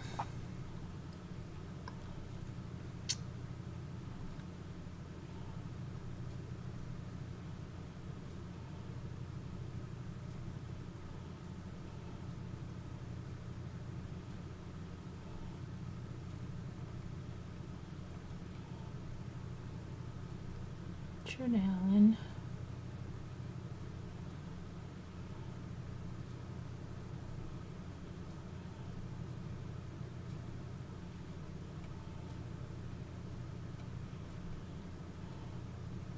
Just want to see what they're saying, if they're saying anything in here. Okay, so there's nothing new over here on this. Let me check one other thing over here.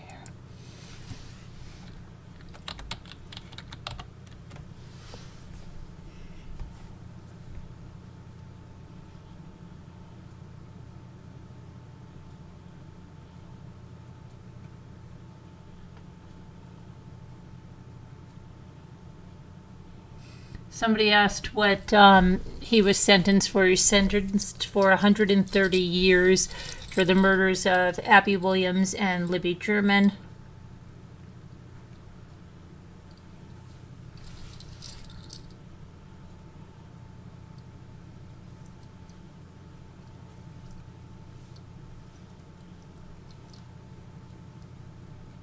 Okay, let's see. And again, this is this was released, and this is the full video of this part from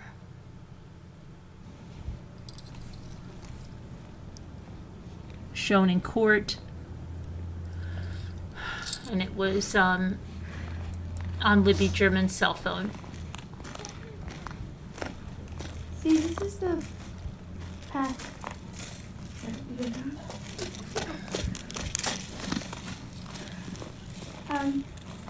There's no path going there, so we have to go down here.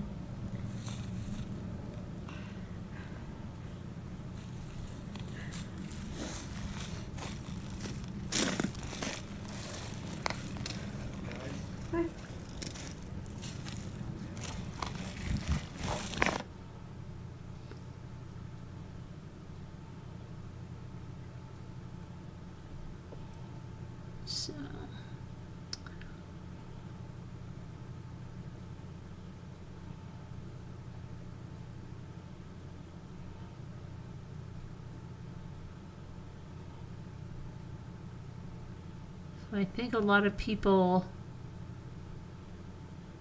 feel more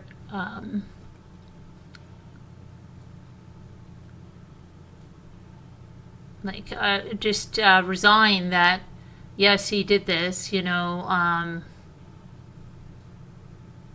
because we were shielded from so much at the trial and told so much about these confessions and his state of mind and everything he was under, and, you know, seeing these interrogations, and I don't know, I'm just resigned that, you know, this guy's 100% guilty. The jury got it right, and that's that. So let's see.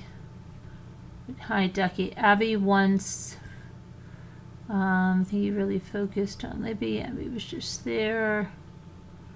Hi, 61. Such a messed up video. Hello, a heart. Yeah, I mean, that's what we've got there right now. Let me just check on the other, what else is going on in the world. Tennessee boy was last seen on a red bike. Was he found? Let me just see if he was found. Hopefully we get some good news. He's been missing since 6 p.m. Let's see if he's been found.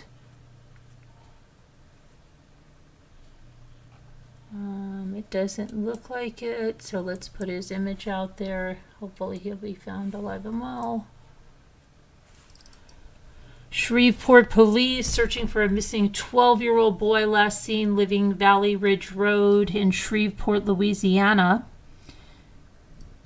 Zyrakem Copeland was last seen on April 12th between 6 p.m. and 6:15 p.m. riding his red bicycle away from his home, the 2600 block of Valley Ridge Road. He's a black male with a short haircut. He is about 5'5". He was wearing a blue Spider-Man t-shirt, blue jeans, black shoes, one with black laces, one with white laces. Anyone who has seen Zyrakem or has information about his whereabouts, call SPD immediately at 318-673-7300.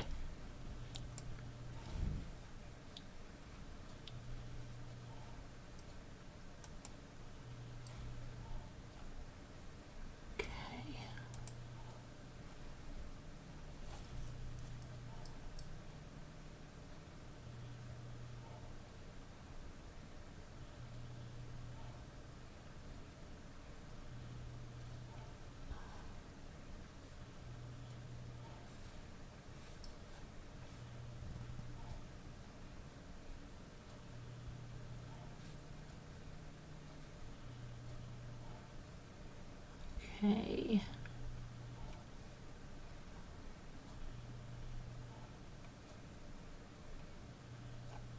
Well, Lori Vallow will be back in court tomorrow. Let's see what else we have over here.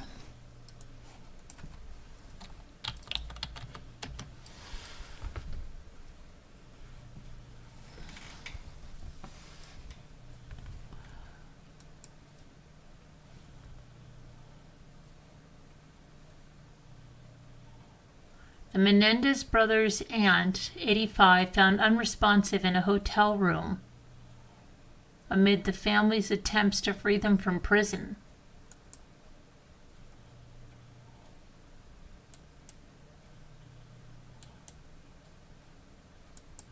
She's in the hospital in critical condition.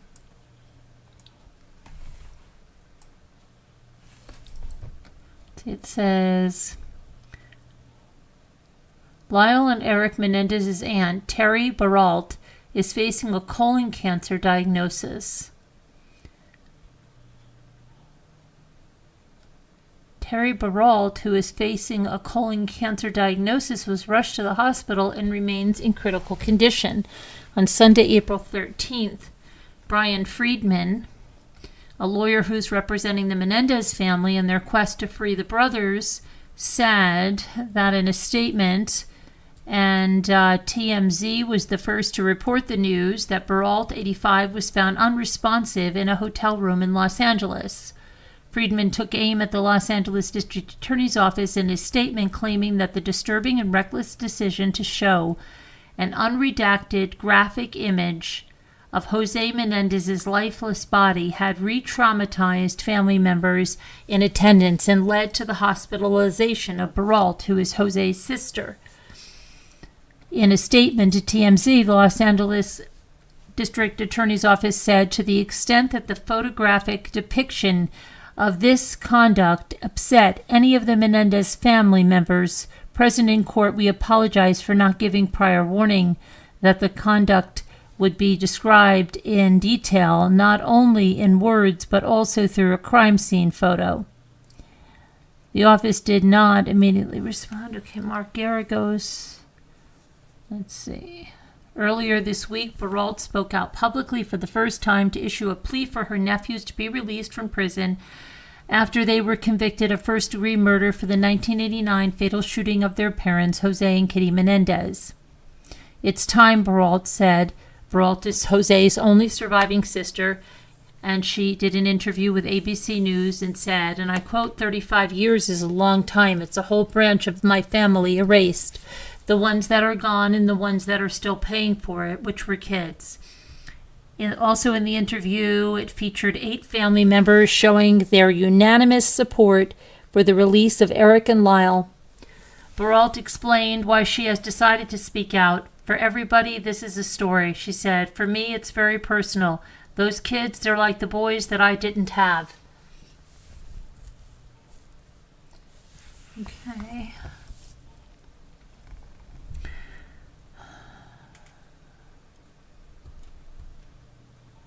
Baralt said she is worried she might not live to see the brothers leave prison due to her cancer. It's a concern, she said.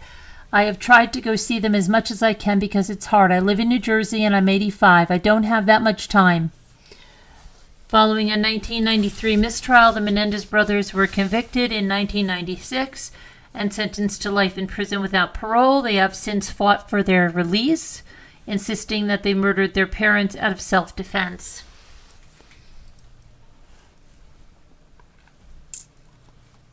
And April 17th is when they're going to have another hearing.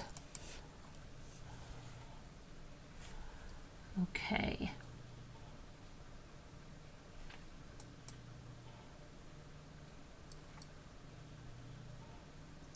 This guy looks like Jake Tapper, but it's Pennsylvania Governor Josh Shapiro. But boy, he could look like Jake Tapper's brother. All right, let's see. So, Governor Josh Shapiro and his family were evacuated from their home as state police investigate arson. Shapiro was at the governor's residence with his family when he woke up to bangs on the door from the state police around 2 a.m. on April 13th. He's the governor of Pennsylvania, evacuated from his home in Harrisburg alongside of his family, following what authorities are calling an act of arson. Police were first alerted around 2 a.m. local time on Sunday, April 13th, when the Harrisburg Bureau of Fire responded to the governor's residence on North Front Street. Shapiro, 51, was in the home with his family when he woke up to bangs on the door from the Pennsylvania State Police. Not long after, he wrote a statement that was shared on X. Despite an ongoing investigation, state police said the fire, which caused a significant amount of damage to a portion of the residence, was an act of arson. The governor and his family were present in a different part of the residence, and they were evacuated safely, and they were not injured. Let's see. Capitol Police assisted the Pennsylvania State Police in evacuating the governor and his family. While the Harrisburg Bureau of Fire put out the fire, Shapiro said on X, "Thank God, no one was injured and the fire was extinguished. Every day, we stand with law enforcement and first responders who run towards danger to protect our communities. Last night, they did so for our family, and Lori and I are eternally grateful to them for keeping us safe." Later, on April 13th, Pennsylvania State Police announced in a press conference that they arrested and charged a Harrisburg man, 38-year-old Cody Balmer, in connection with the incident. Shapiro and his wife were married in 1997, and they share 4 children: Sophia, Jonah, Max, and Reuben. It's unclear how many of the children were in the house at the time of the fire.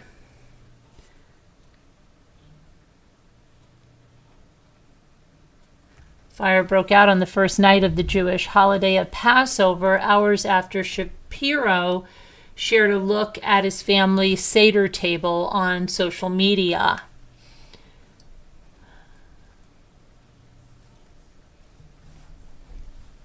Okay, so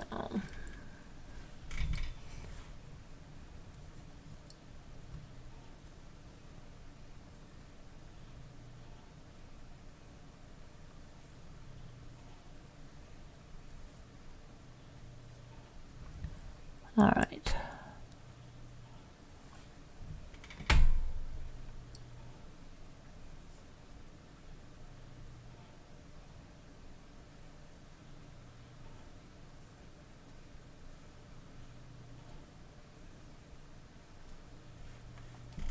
What is this about?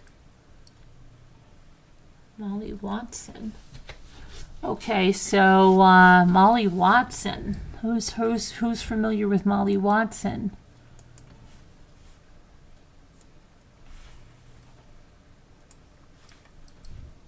It was 2 days before Molly Watson's it was a Disney wedding, I believe, when her body was spotted by a passing driver on a backcountry road in Monroe County, Missouri in April of 2018.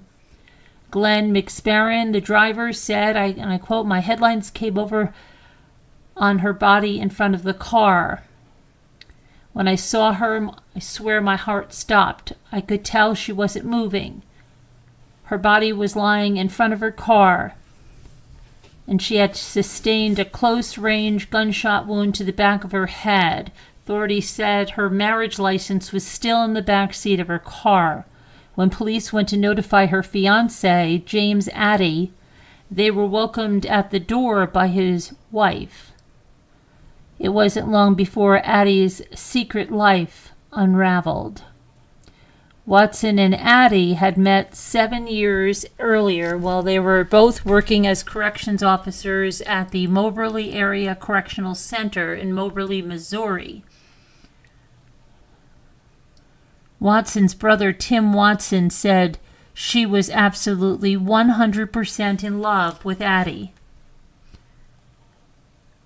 Addy eventually proposed to Watson in 2018, and they were planning a Disney-themed wedding. She was so excited. Said, I guess, a friend, Crystal Graves Yazici.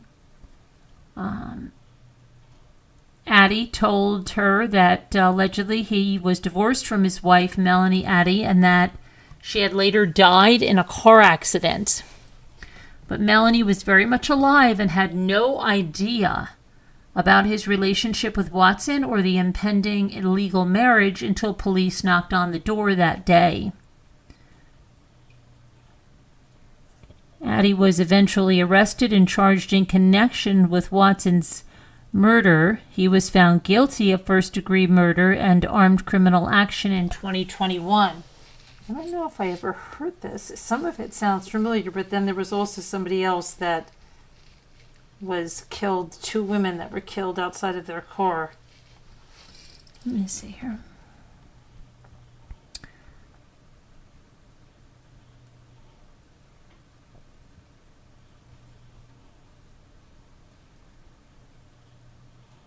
Okay. He was a pretty selfish person. He could be controlling and intimidating. It could be challenging, said his wife, Melanie. She testified during her now ex-husband's trial. It just seemed like something he would do to fix a problem. Addy was sentenced to life in prison without parole plus 10 years for the murder, and he was separately sentenced to 20 years for the armed criminal action. Watson's obituary said she loved her son and spending time with family. Okay, so, and this is streaming on Hulu. It's called Bad Romance. It's on 2020. If anybody's interested in learning more about that case.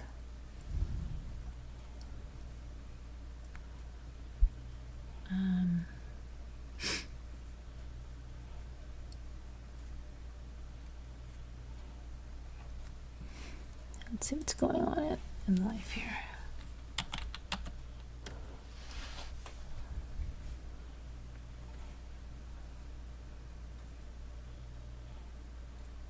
Okay, it says that, hold on a minute. Is this true? Is this true?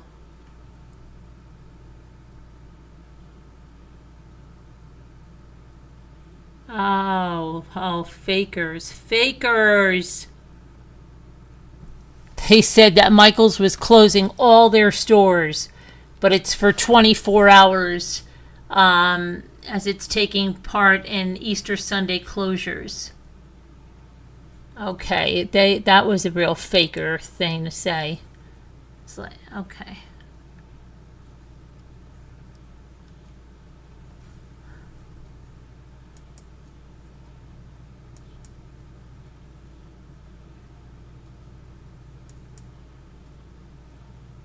Volcano eruption threatens 300,000 U.S. residents. Authorities issue an immediate warning. What's that about? Alaska.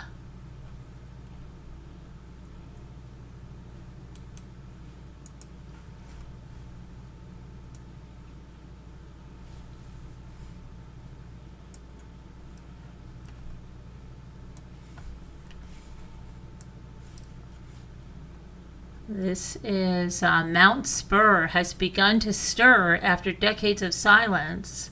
This 11,070-foot stratovolcano sits 81 miles west of Anchorage.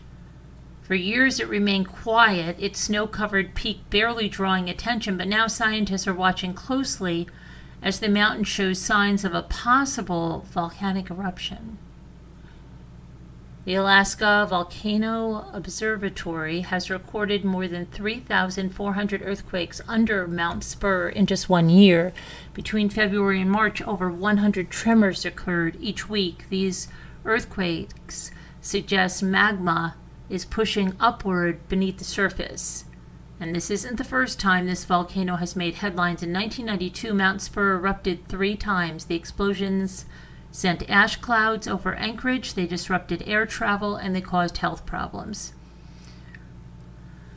Alaskans today are preparing once again. They're buying masks, goggles, air purifiers, emergency kits are being packed. Everyone's listening for updates, waiting to see what the volcano will do next. For now, it's a tense and uncertain time. Okay.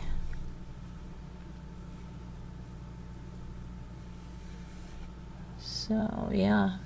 So what's happening now?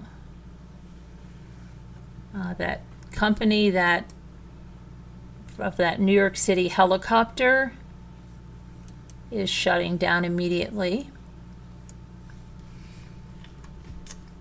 That whole family and the pilot were killed. So New York Helicopter Tours is shutting down after the crash kills 6. According to the FAA will launch an immediate review of the company's license and safety record. The Thursday crash killed 3 adults and 3 children. The operator of the helicopter involved in the crash that killed 6 people is shutting down immediately. Additionally, the FAA is going to be doing a full investigation. Safety is the FAA's #1 priority, and we will not hesitate to act to protect the flying public. On Saturday, the NTSB said that the tourism helicopter was not equipped with any flight recorders and that the accident occurred during the aircraft's 8th flight of the day. No onboard video recorders or camera recorders have been recovered, and none of the helicopter avionics on board recorded information that could be used for the investigation. It added that the helicopter's last major inspection took place on March 1st. The crash into the Hudson River near Manhattan on Thursday killed a Siemens executive, his wife, and their 3 children, and a pilot. Agustin Escobar, 49 years old, was the global CEO of Siemens Mobility Rail Unit. His wife, Mercy Montal, worked for the company as the global commercialization manager for its energy division.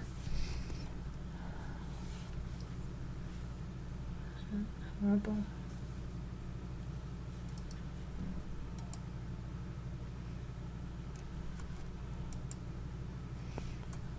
Let's see what else is going on.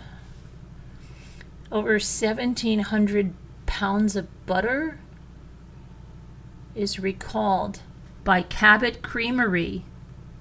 Oh boy, if you have Cabot butter, I believe it has fecal contamination.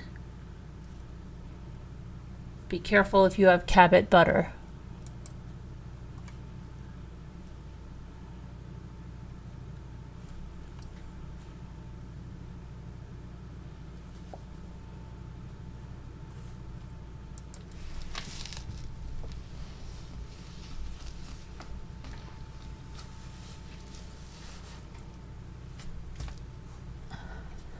Ouch, my cramp in my leg.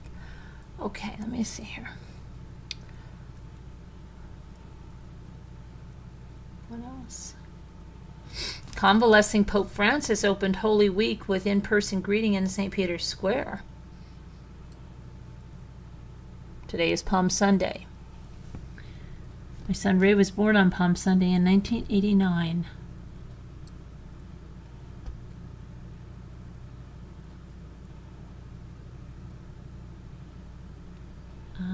They're saying evidence of bird flu was found in grocery milk.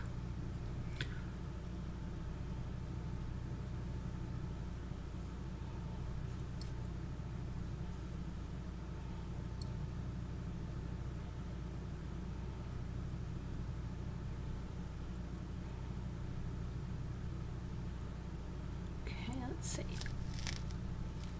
Vitamin B12 deficiency symptoms. Toe symptom could signal nerve damage.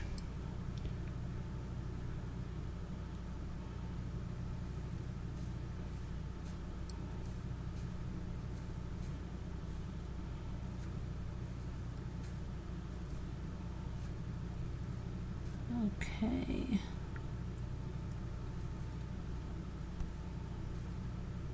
Let's see what else is going on. All right, let me go to see if there's any other major things to cover.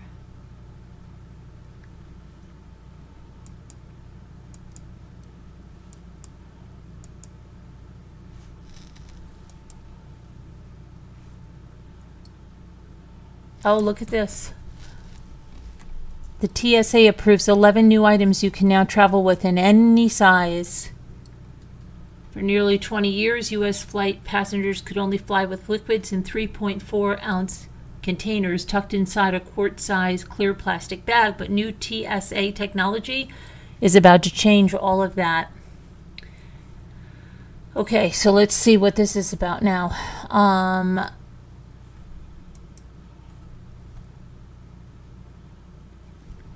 It says that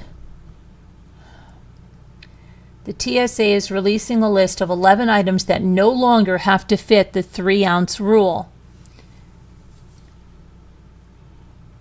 And these items include over-the-counter medications, prescription medications in gel, liquid, or aerosol form, ice packs or gel packs for medically necessary items, food and drink for infants and toddlers. Wet batteries, live fish transported in water, biological specimens, breast milk or baby formula. That's redundant. They already said that. Liquid-filled teethers, duty-free items sealed in tamper-evident bag, and fresh eggs.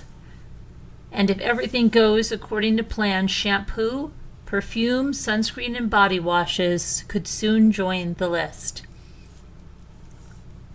But remember, not every airport has adopted this rule yet, so check your airport. Okay.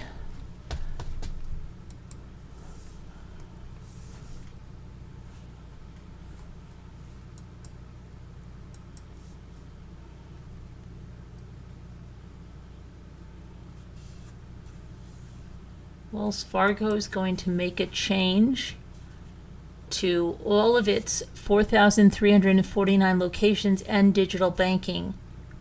What are they doing?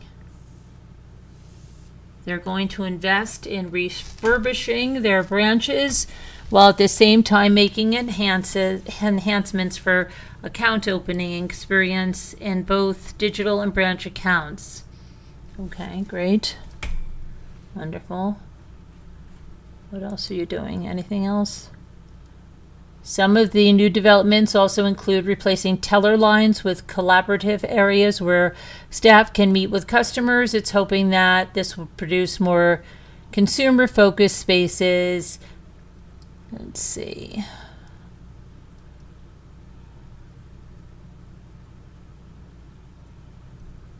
Okay, that's nothing really. Any great shakes over there about that. Let's see if there's anything else.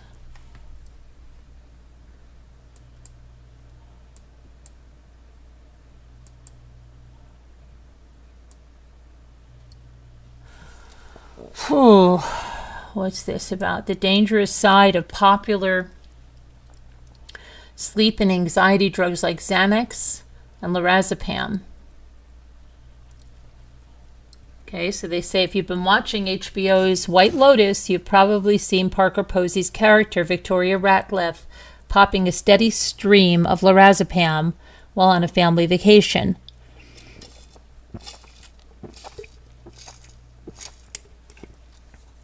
Sorry, I had to drink my seltzer. So, at one point, she comically declares, "Someone stole my lorazepam. I'm going to have to drink myself to sleep." The drug, also known under the name Ativan, is part of a class called benzodiazepine, which also includes Xanax and Klonopin. Only available through prescription, they are used to relieve anxiety, muscle spasms, reduce seizures, according to the DEA. However, as seen in the show, they can lead to dependence and overuse. We've definitely seen a lot of that in real life, said Dr. Ian Neal, a geriatrician at UC San Diego Health. Of the more than 30 million adults who reportedly are using benzodiazepines in the last year, over 5 million misuse them, per 2019 data from the National Survey of Drug Use and Health. While some people may have taken a one-time Xanax to calm flight anxiety, for example, long-term use is what poses the most danger, as it can lead to dependence. People can become dependent even when taking the prescribed amount, said Dr. Ludmila De Faria, chair of the American Psychiatric Association's Council on Women's Mental Health. Particularly important is the appeal of benzos to older adults, those 50 to 64, the biggest consumers of this class of drugs, and the need to use extreme caution due to the drug's potential effects on slowing cognition. The class of drugs slows down the nervous system and often takes an immediate effect, and while they are generally safe when taken as prescribed for a limited time, side effects include drowsiness, memory problems, and slurred speech. Overuse can cause worsened effects, including dependence, cognitive impairment, coma, and potential death. Neal cautioned that older adults may metabolize drugs differently and should be aware the potential for negative interactions with other medications and drugs that they may be taken. Combining benzos with other depressants like alcohol, for example, can exacerbate feelings of sedation.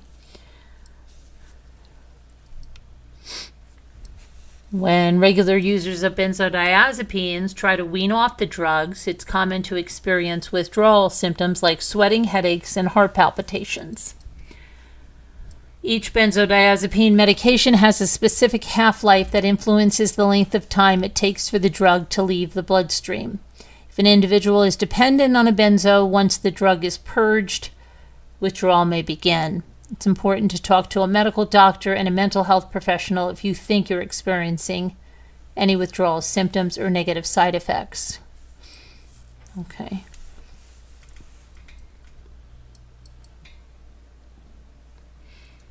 Okay.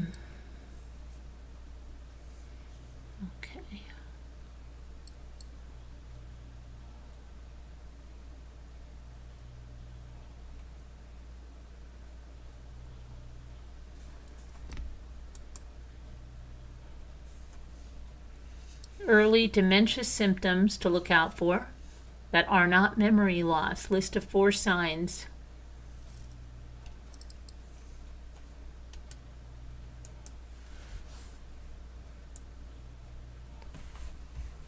Let's see what these are.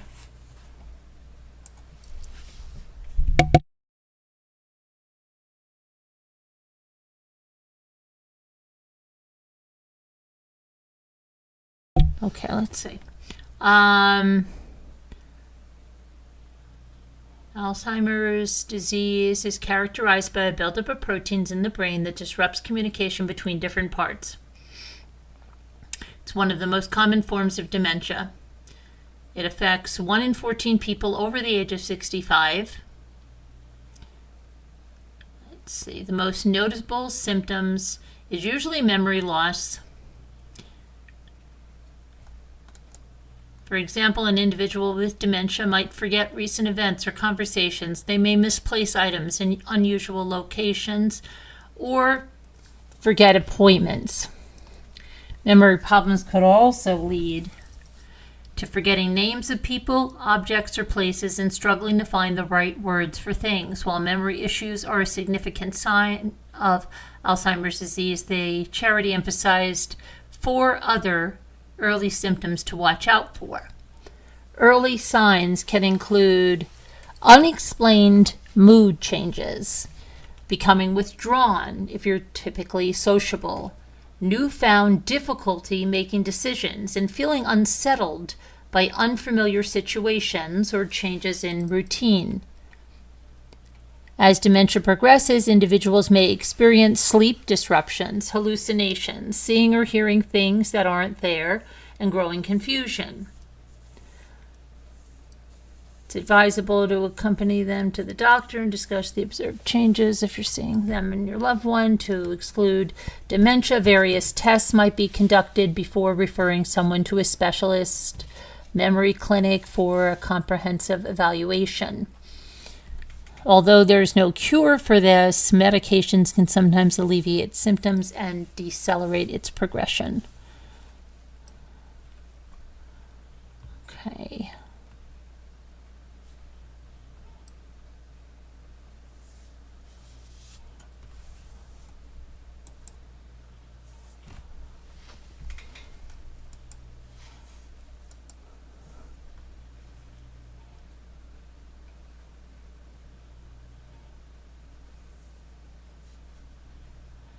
Let's see.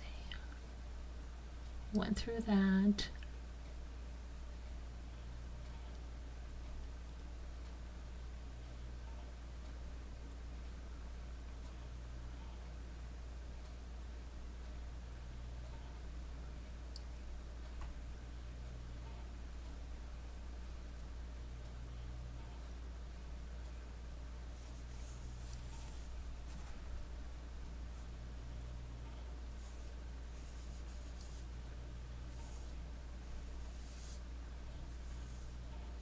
Okay, I think we're probably gonna just try to see if there's anything else I want to just go over.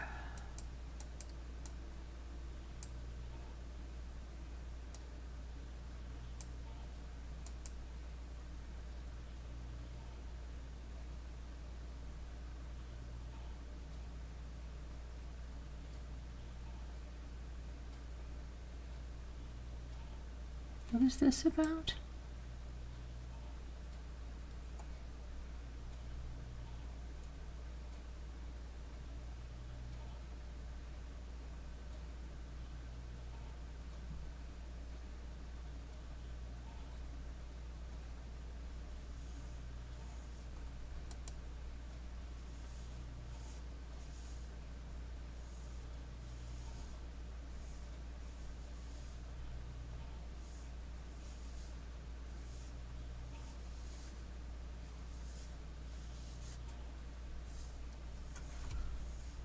I don't know what that was at all.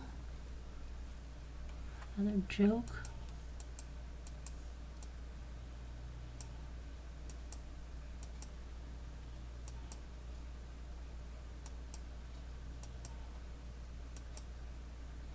Macy's will be closing over 60 stores.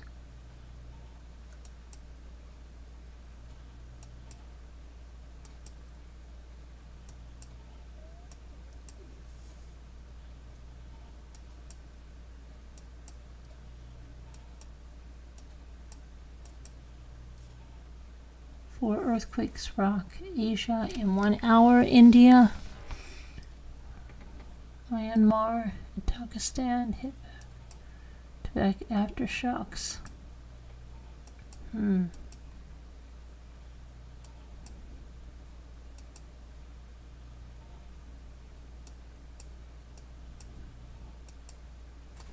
shoot.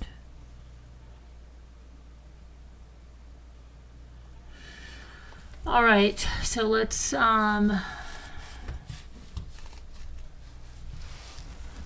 get back to our thing here, and we're going to just go on to word cookies.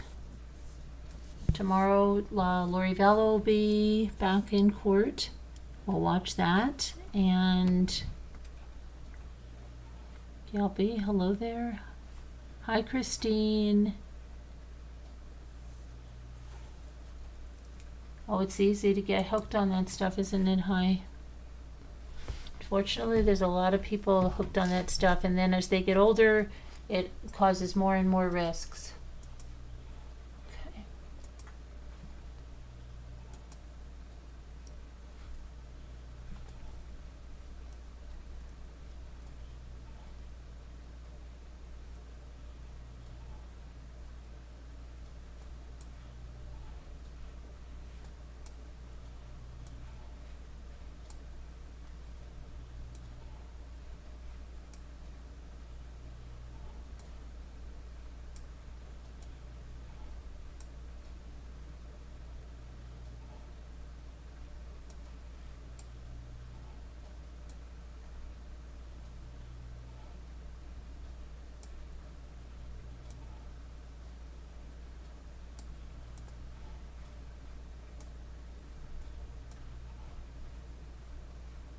Merrily, merrily, merrily, merrily, life is but a dream.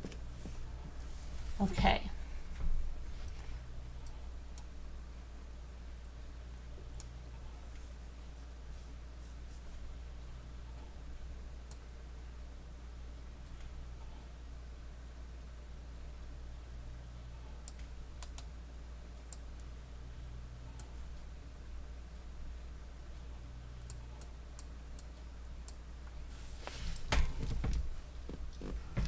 Let's see. Oh.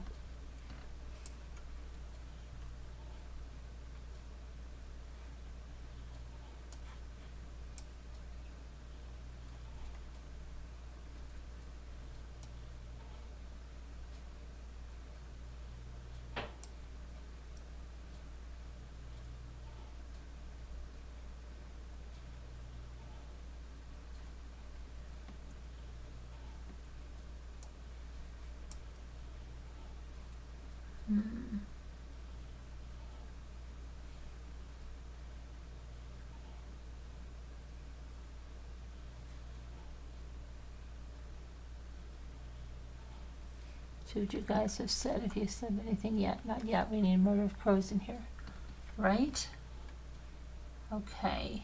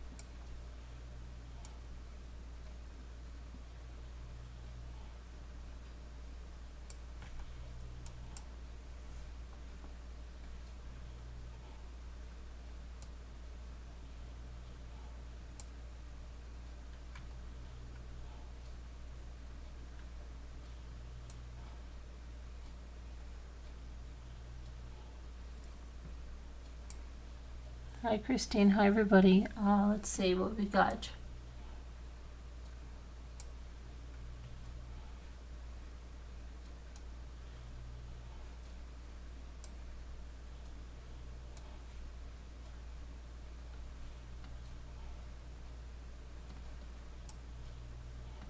Okay, that's one. That's one.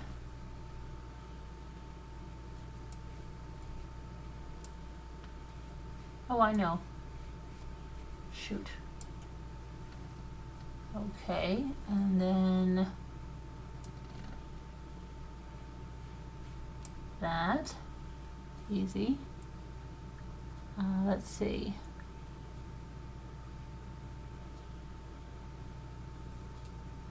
What else do we have here?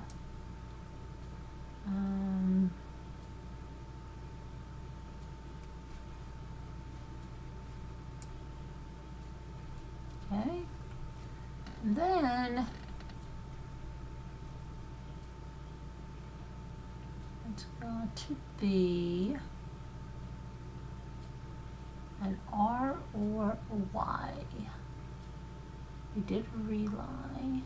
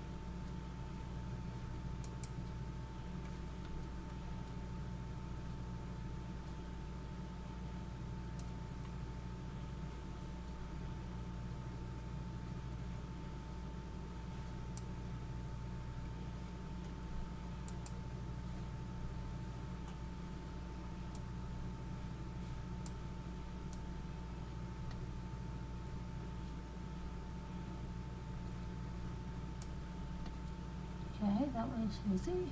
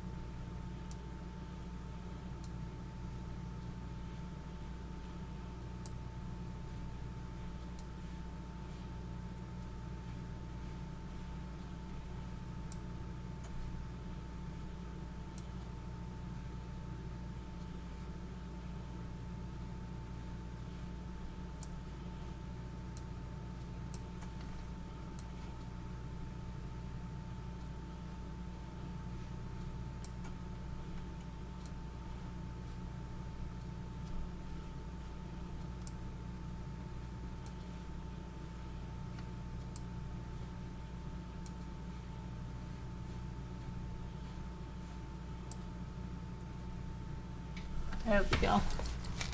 Process of elimination. I did it all myself.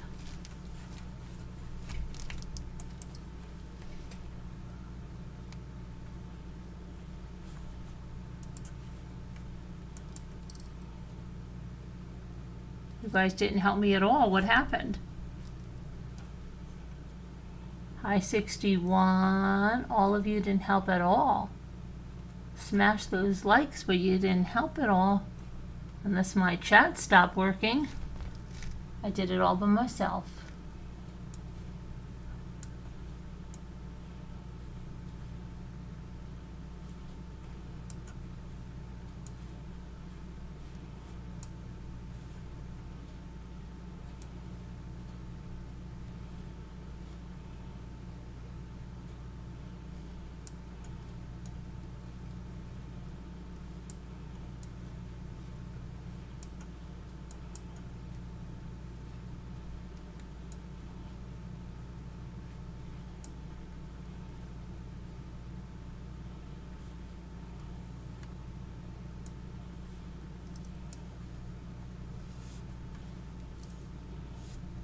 You couldn't see it, Gail?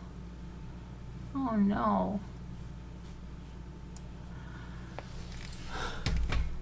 Hmm.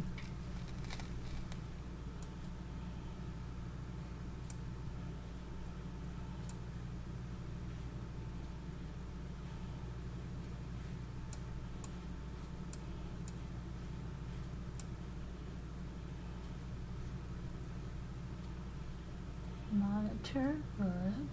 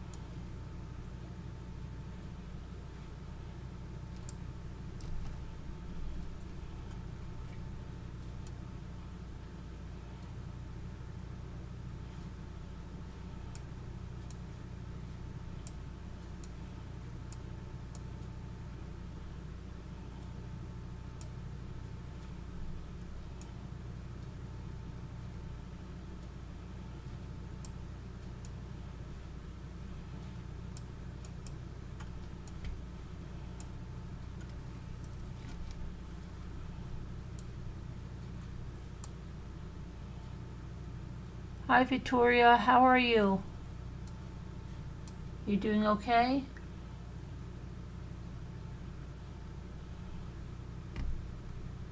Are you doing okay?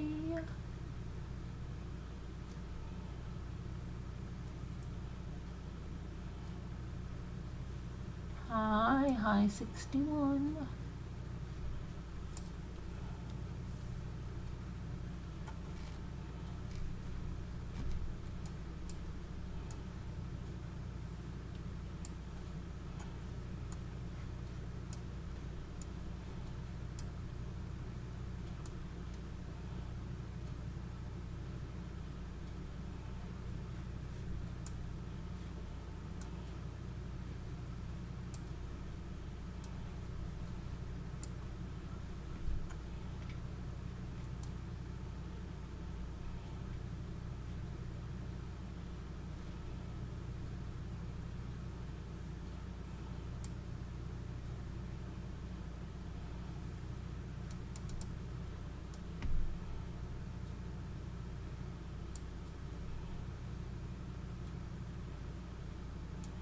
So cold again. They said temperatures to rise. Now the temperatures are going down again.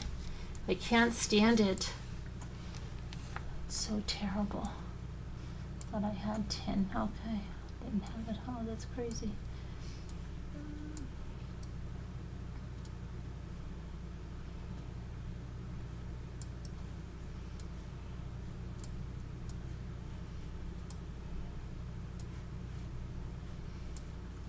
Hmm.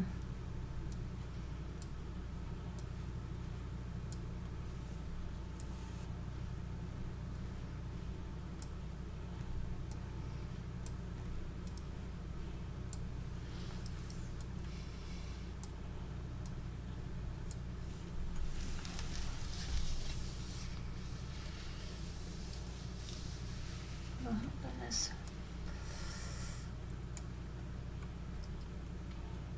Minor, yeah, good. Nitro. A nitroglycerin plant. Mint I've got. Nori.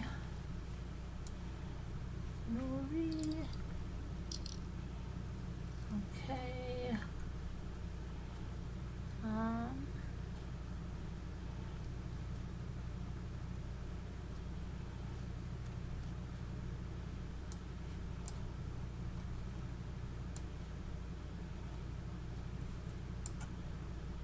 Thought I had rim. Thought I put rim in there a million times. Isn't that crazy? Oh my gosh. Iron. I already did iron. Okay.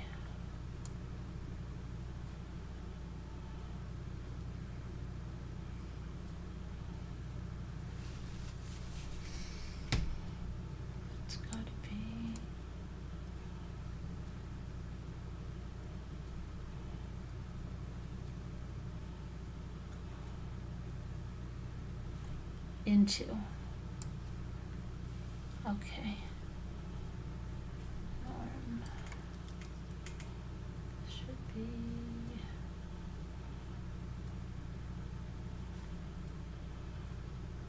riot. I did riot.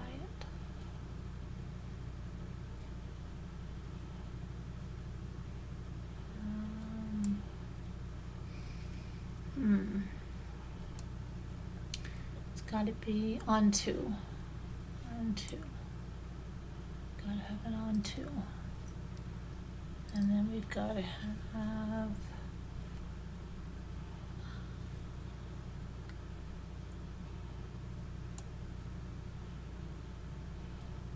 should be, oh, let's see, norm. We did norm. Okay.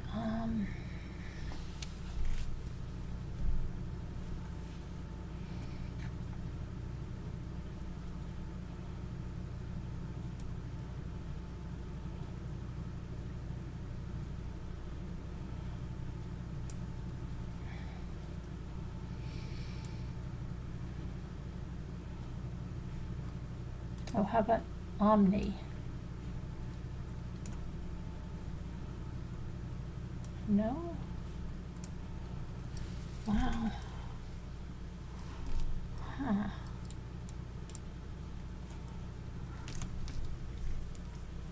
Let's see.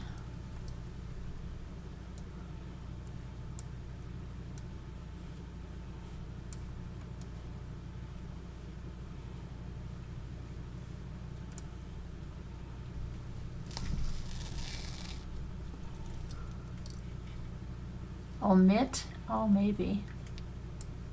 Aha, very nice. Very nice.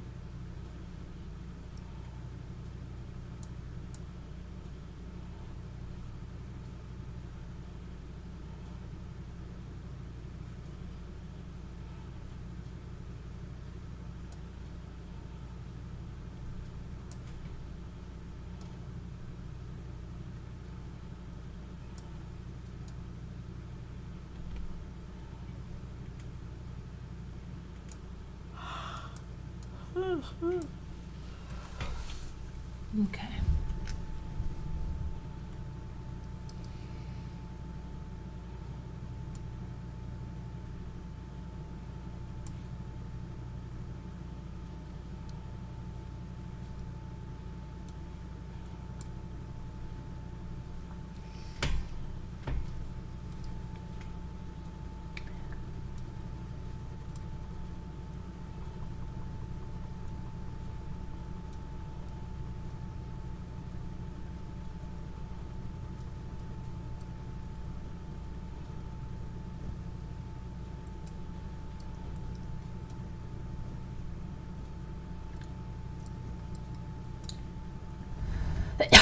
I thought I did diode, didn't I?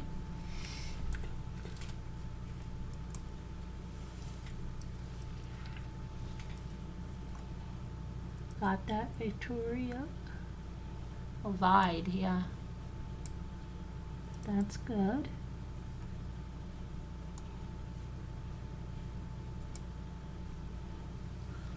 Okay. And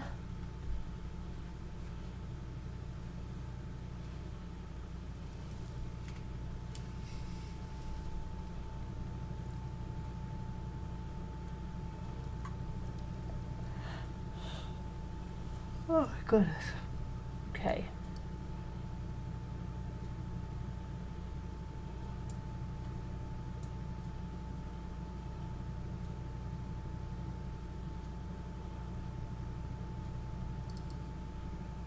Avoid.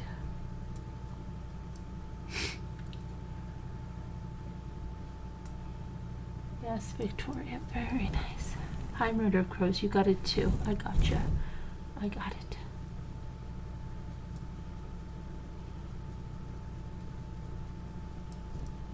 Oh, voided. Okay. Very good. Everybody, good.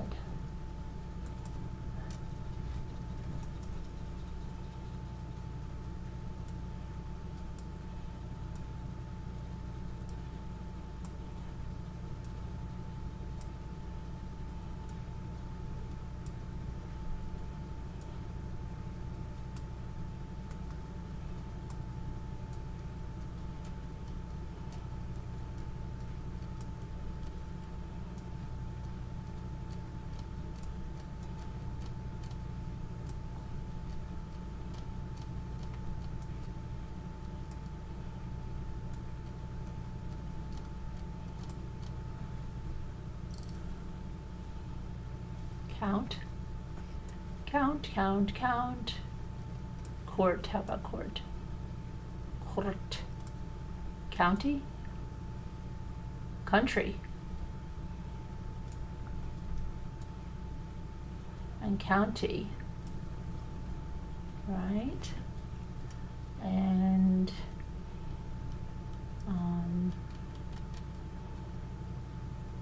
tour.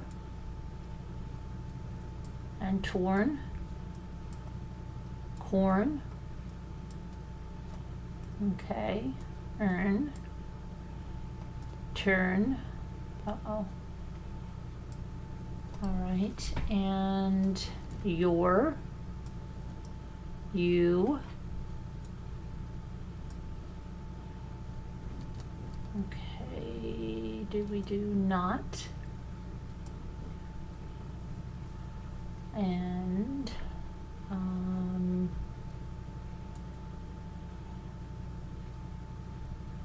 ton, we did ton, toys,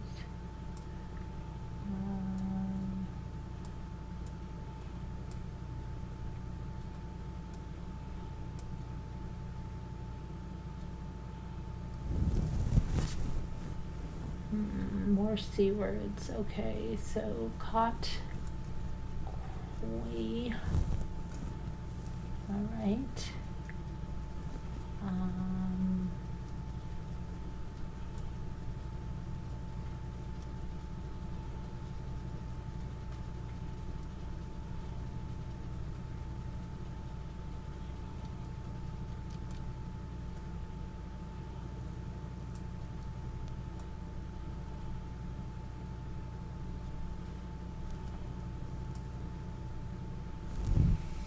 Okay, let's see. All right, what do you guys got? Tony, yurt. Yurt, no, that's an extra word. Tony, okay, how about Tori? All right,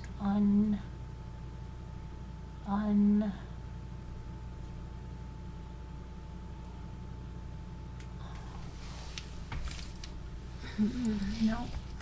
So let's see.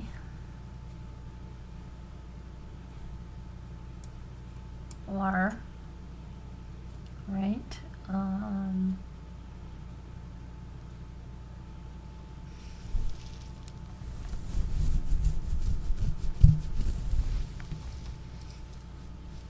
Crony.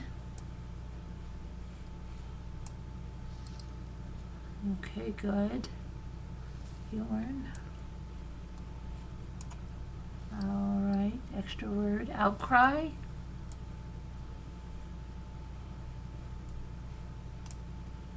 Very good. Route. Very good. Okay.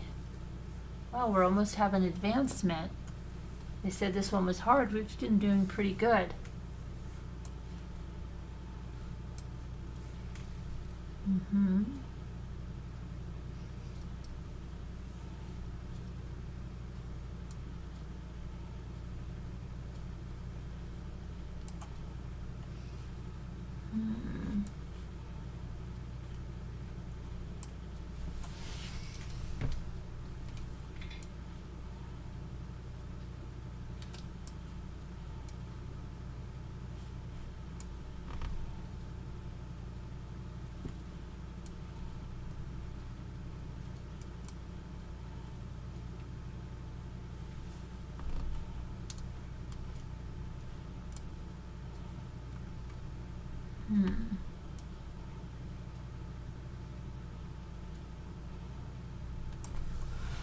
Alright, let's see. I've only got a couple of, so it's O, O, O, or R. O, R, R, R, R, R, R, R, R, R. Okay. Rock. Alright. Roy. No. Okay. Out. Got that one. That's out. So now we need a C word, which would be.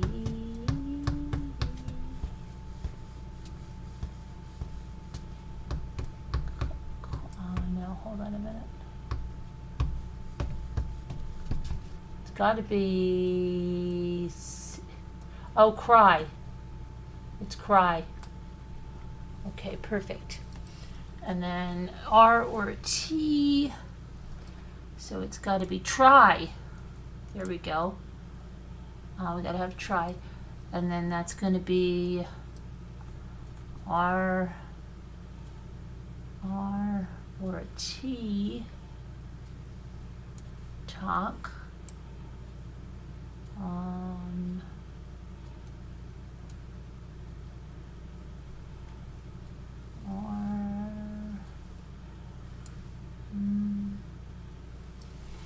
Could be an R. Let's see. Rut.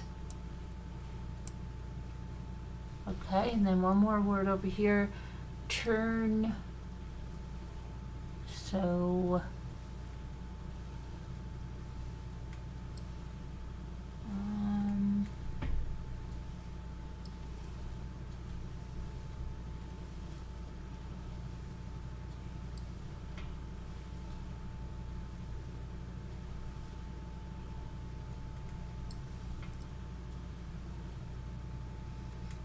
Right, we need one more. T-O-U-N? No, it won't work. Troy, I thought I did try that. But it's not going to work anyway because it's T-U. So it's got to be...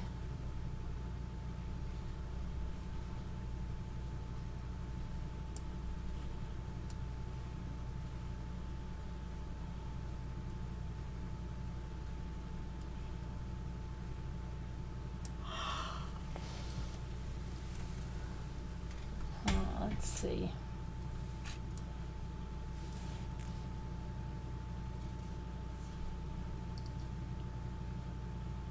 It's not Troy.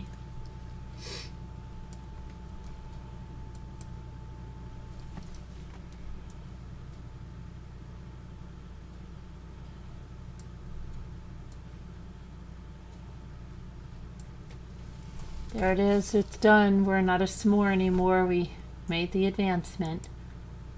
We are now a fantastic chef. All right, we have a chef rank up. And we are a grape. We moved up to grape. Isn't that great? And we always play the first round in the new level. We always do that. It's usually easy.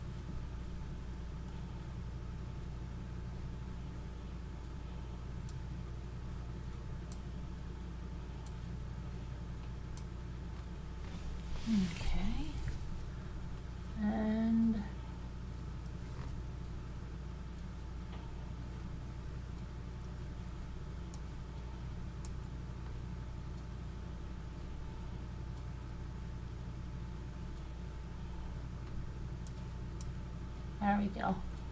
Very easy. Very easy.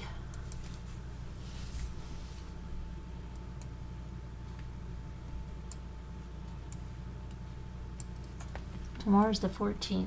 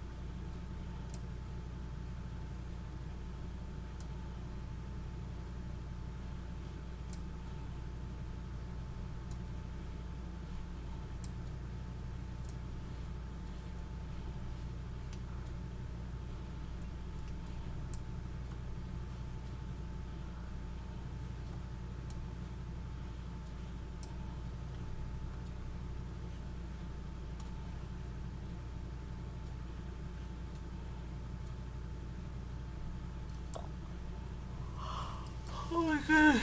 15th for us. For 15th for you? What do you mean? Oh, it's the 15th for you. You're already on the 15th.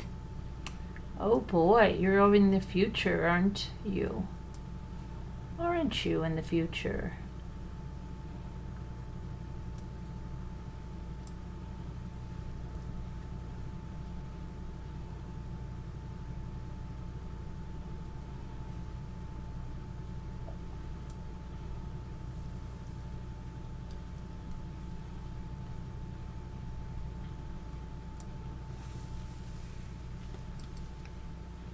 Okay.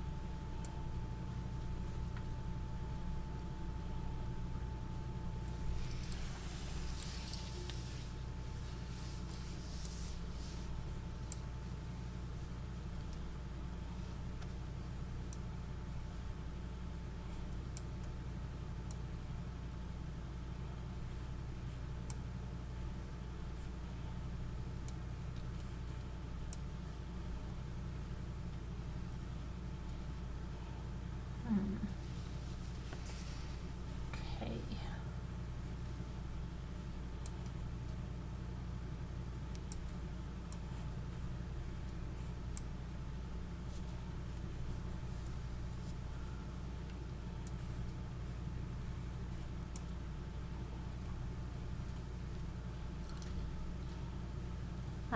Yeah, they didn't have bleed. Can you believe that?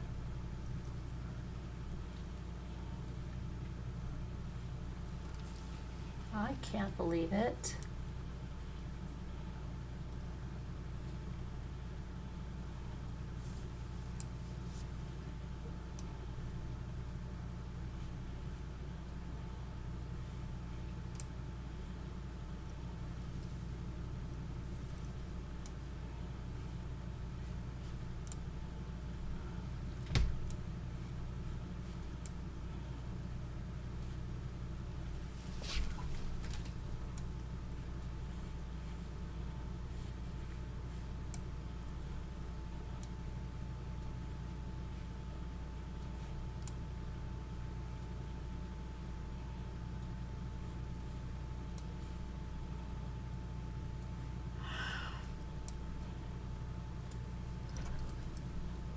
That is okay. Nope. Nope, nope, nope, nope, nope.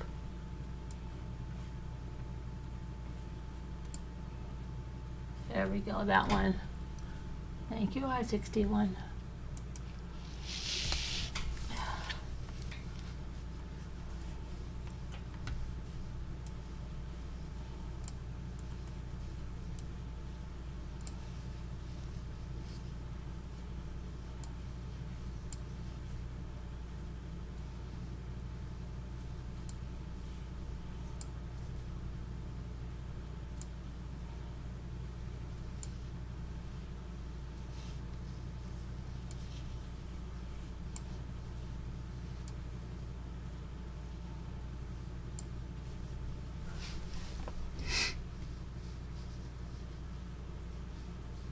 Hmm.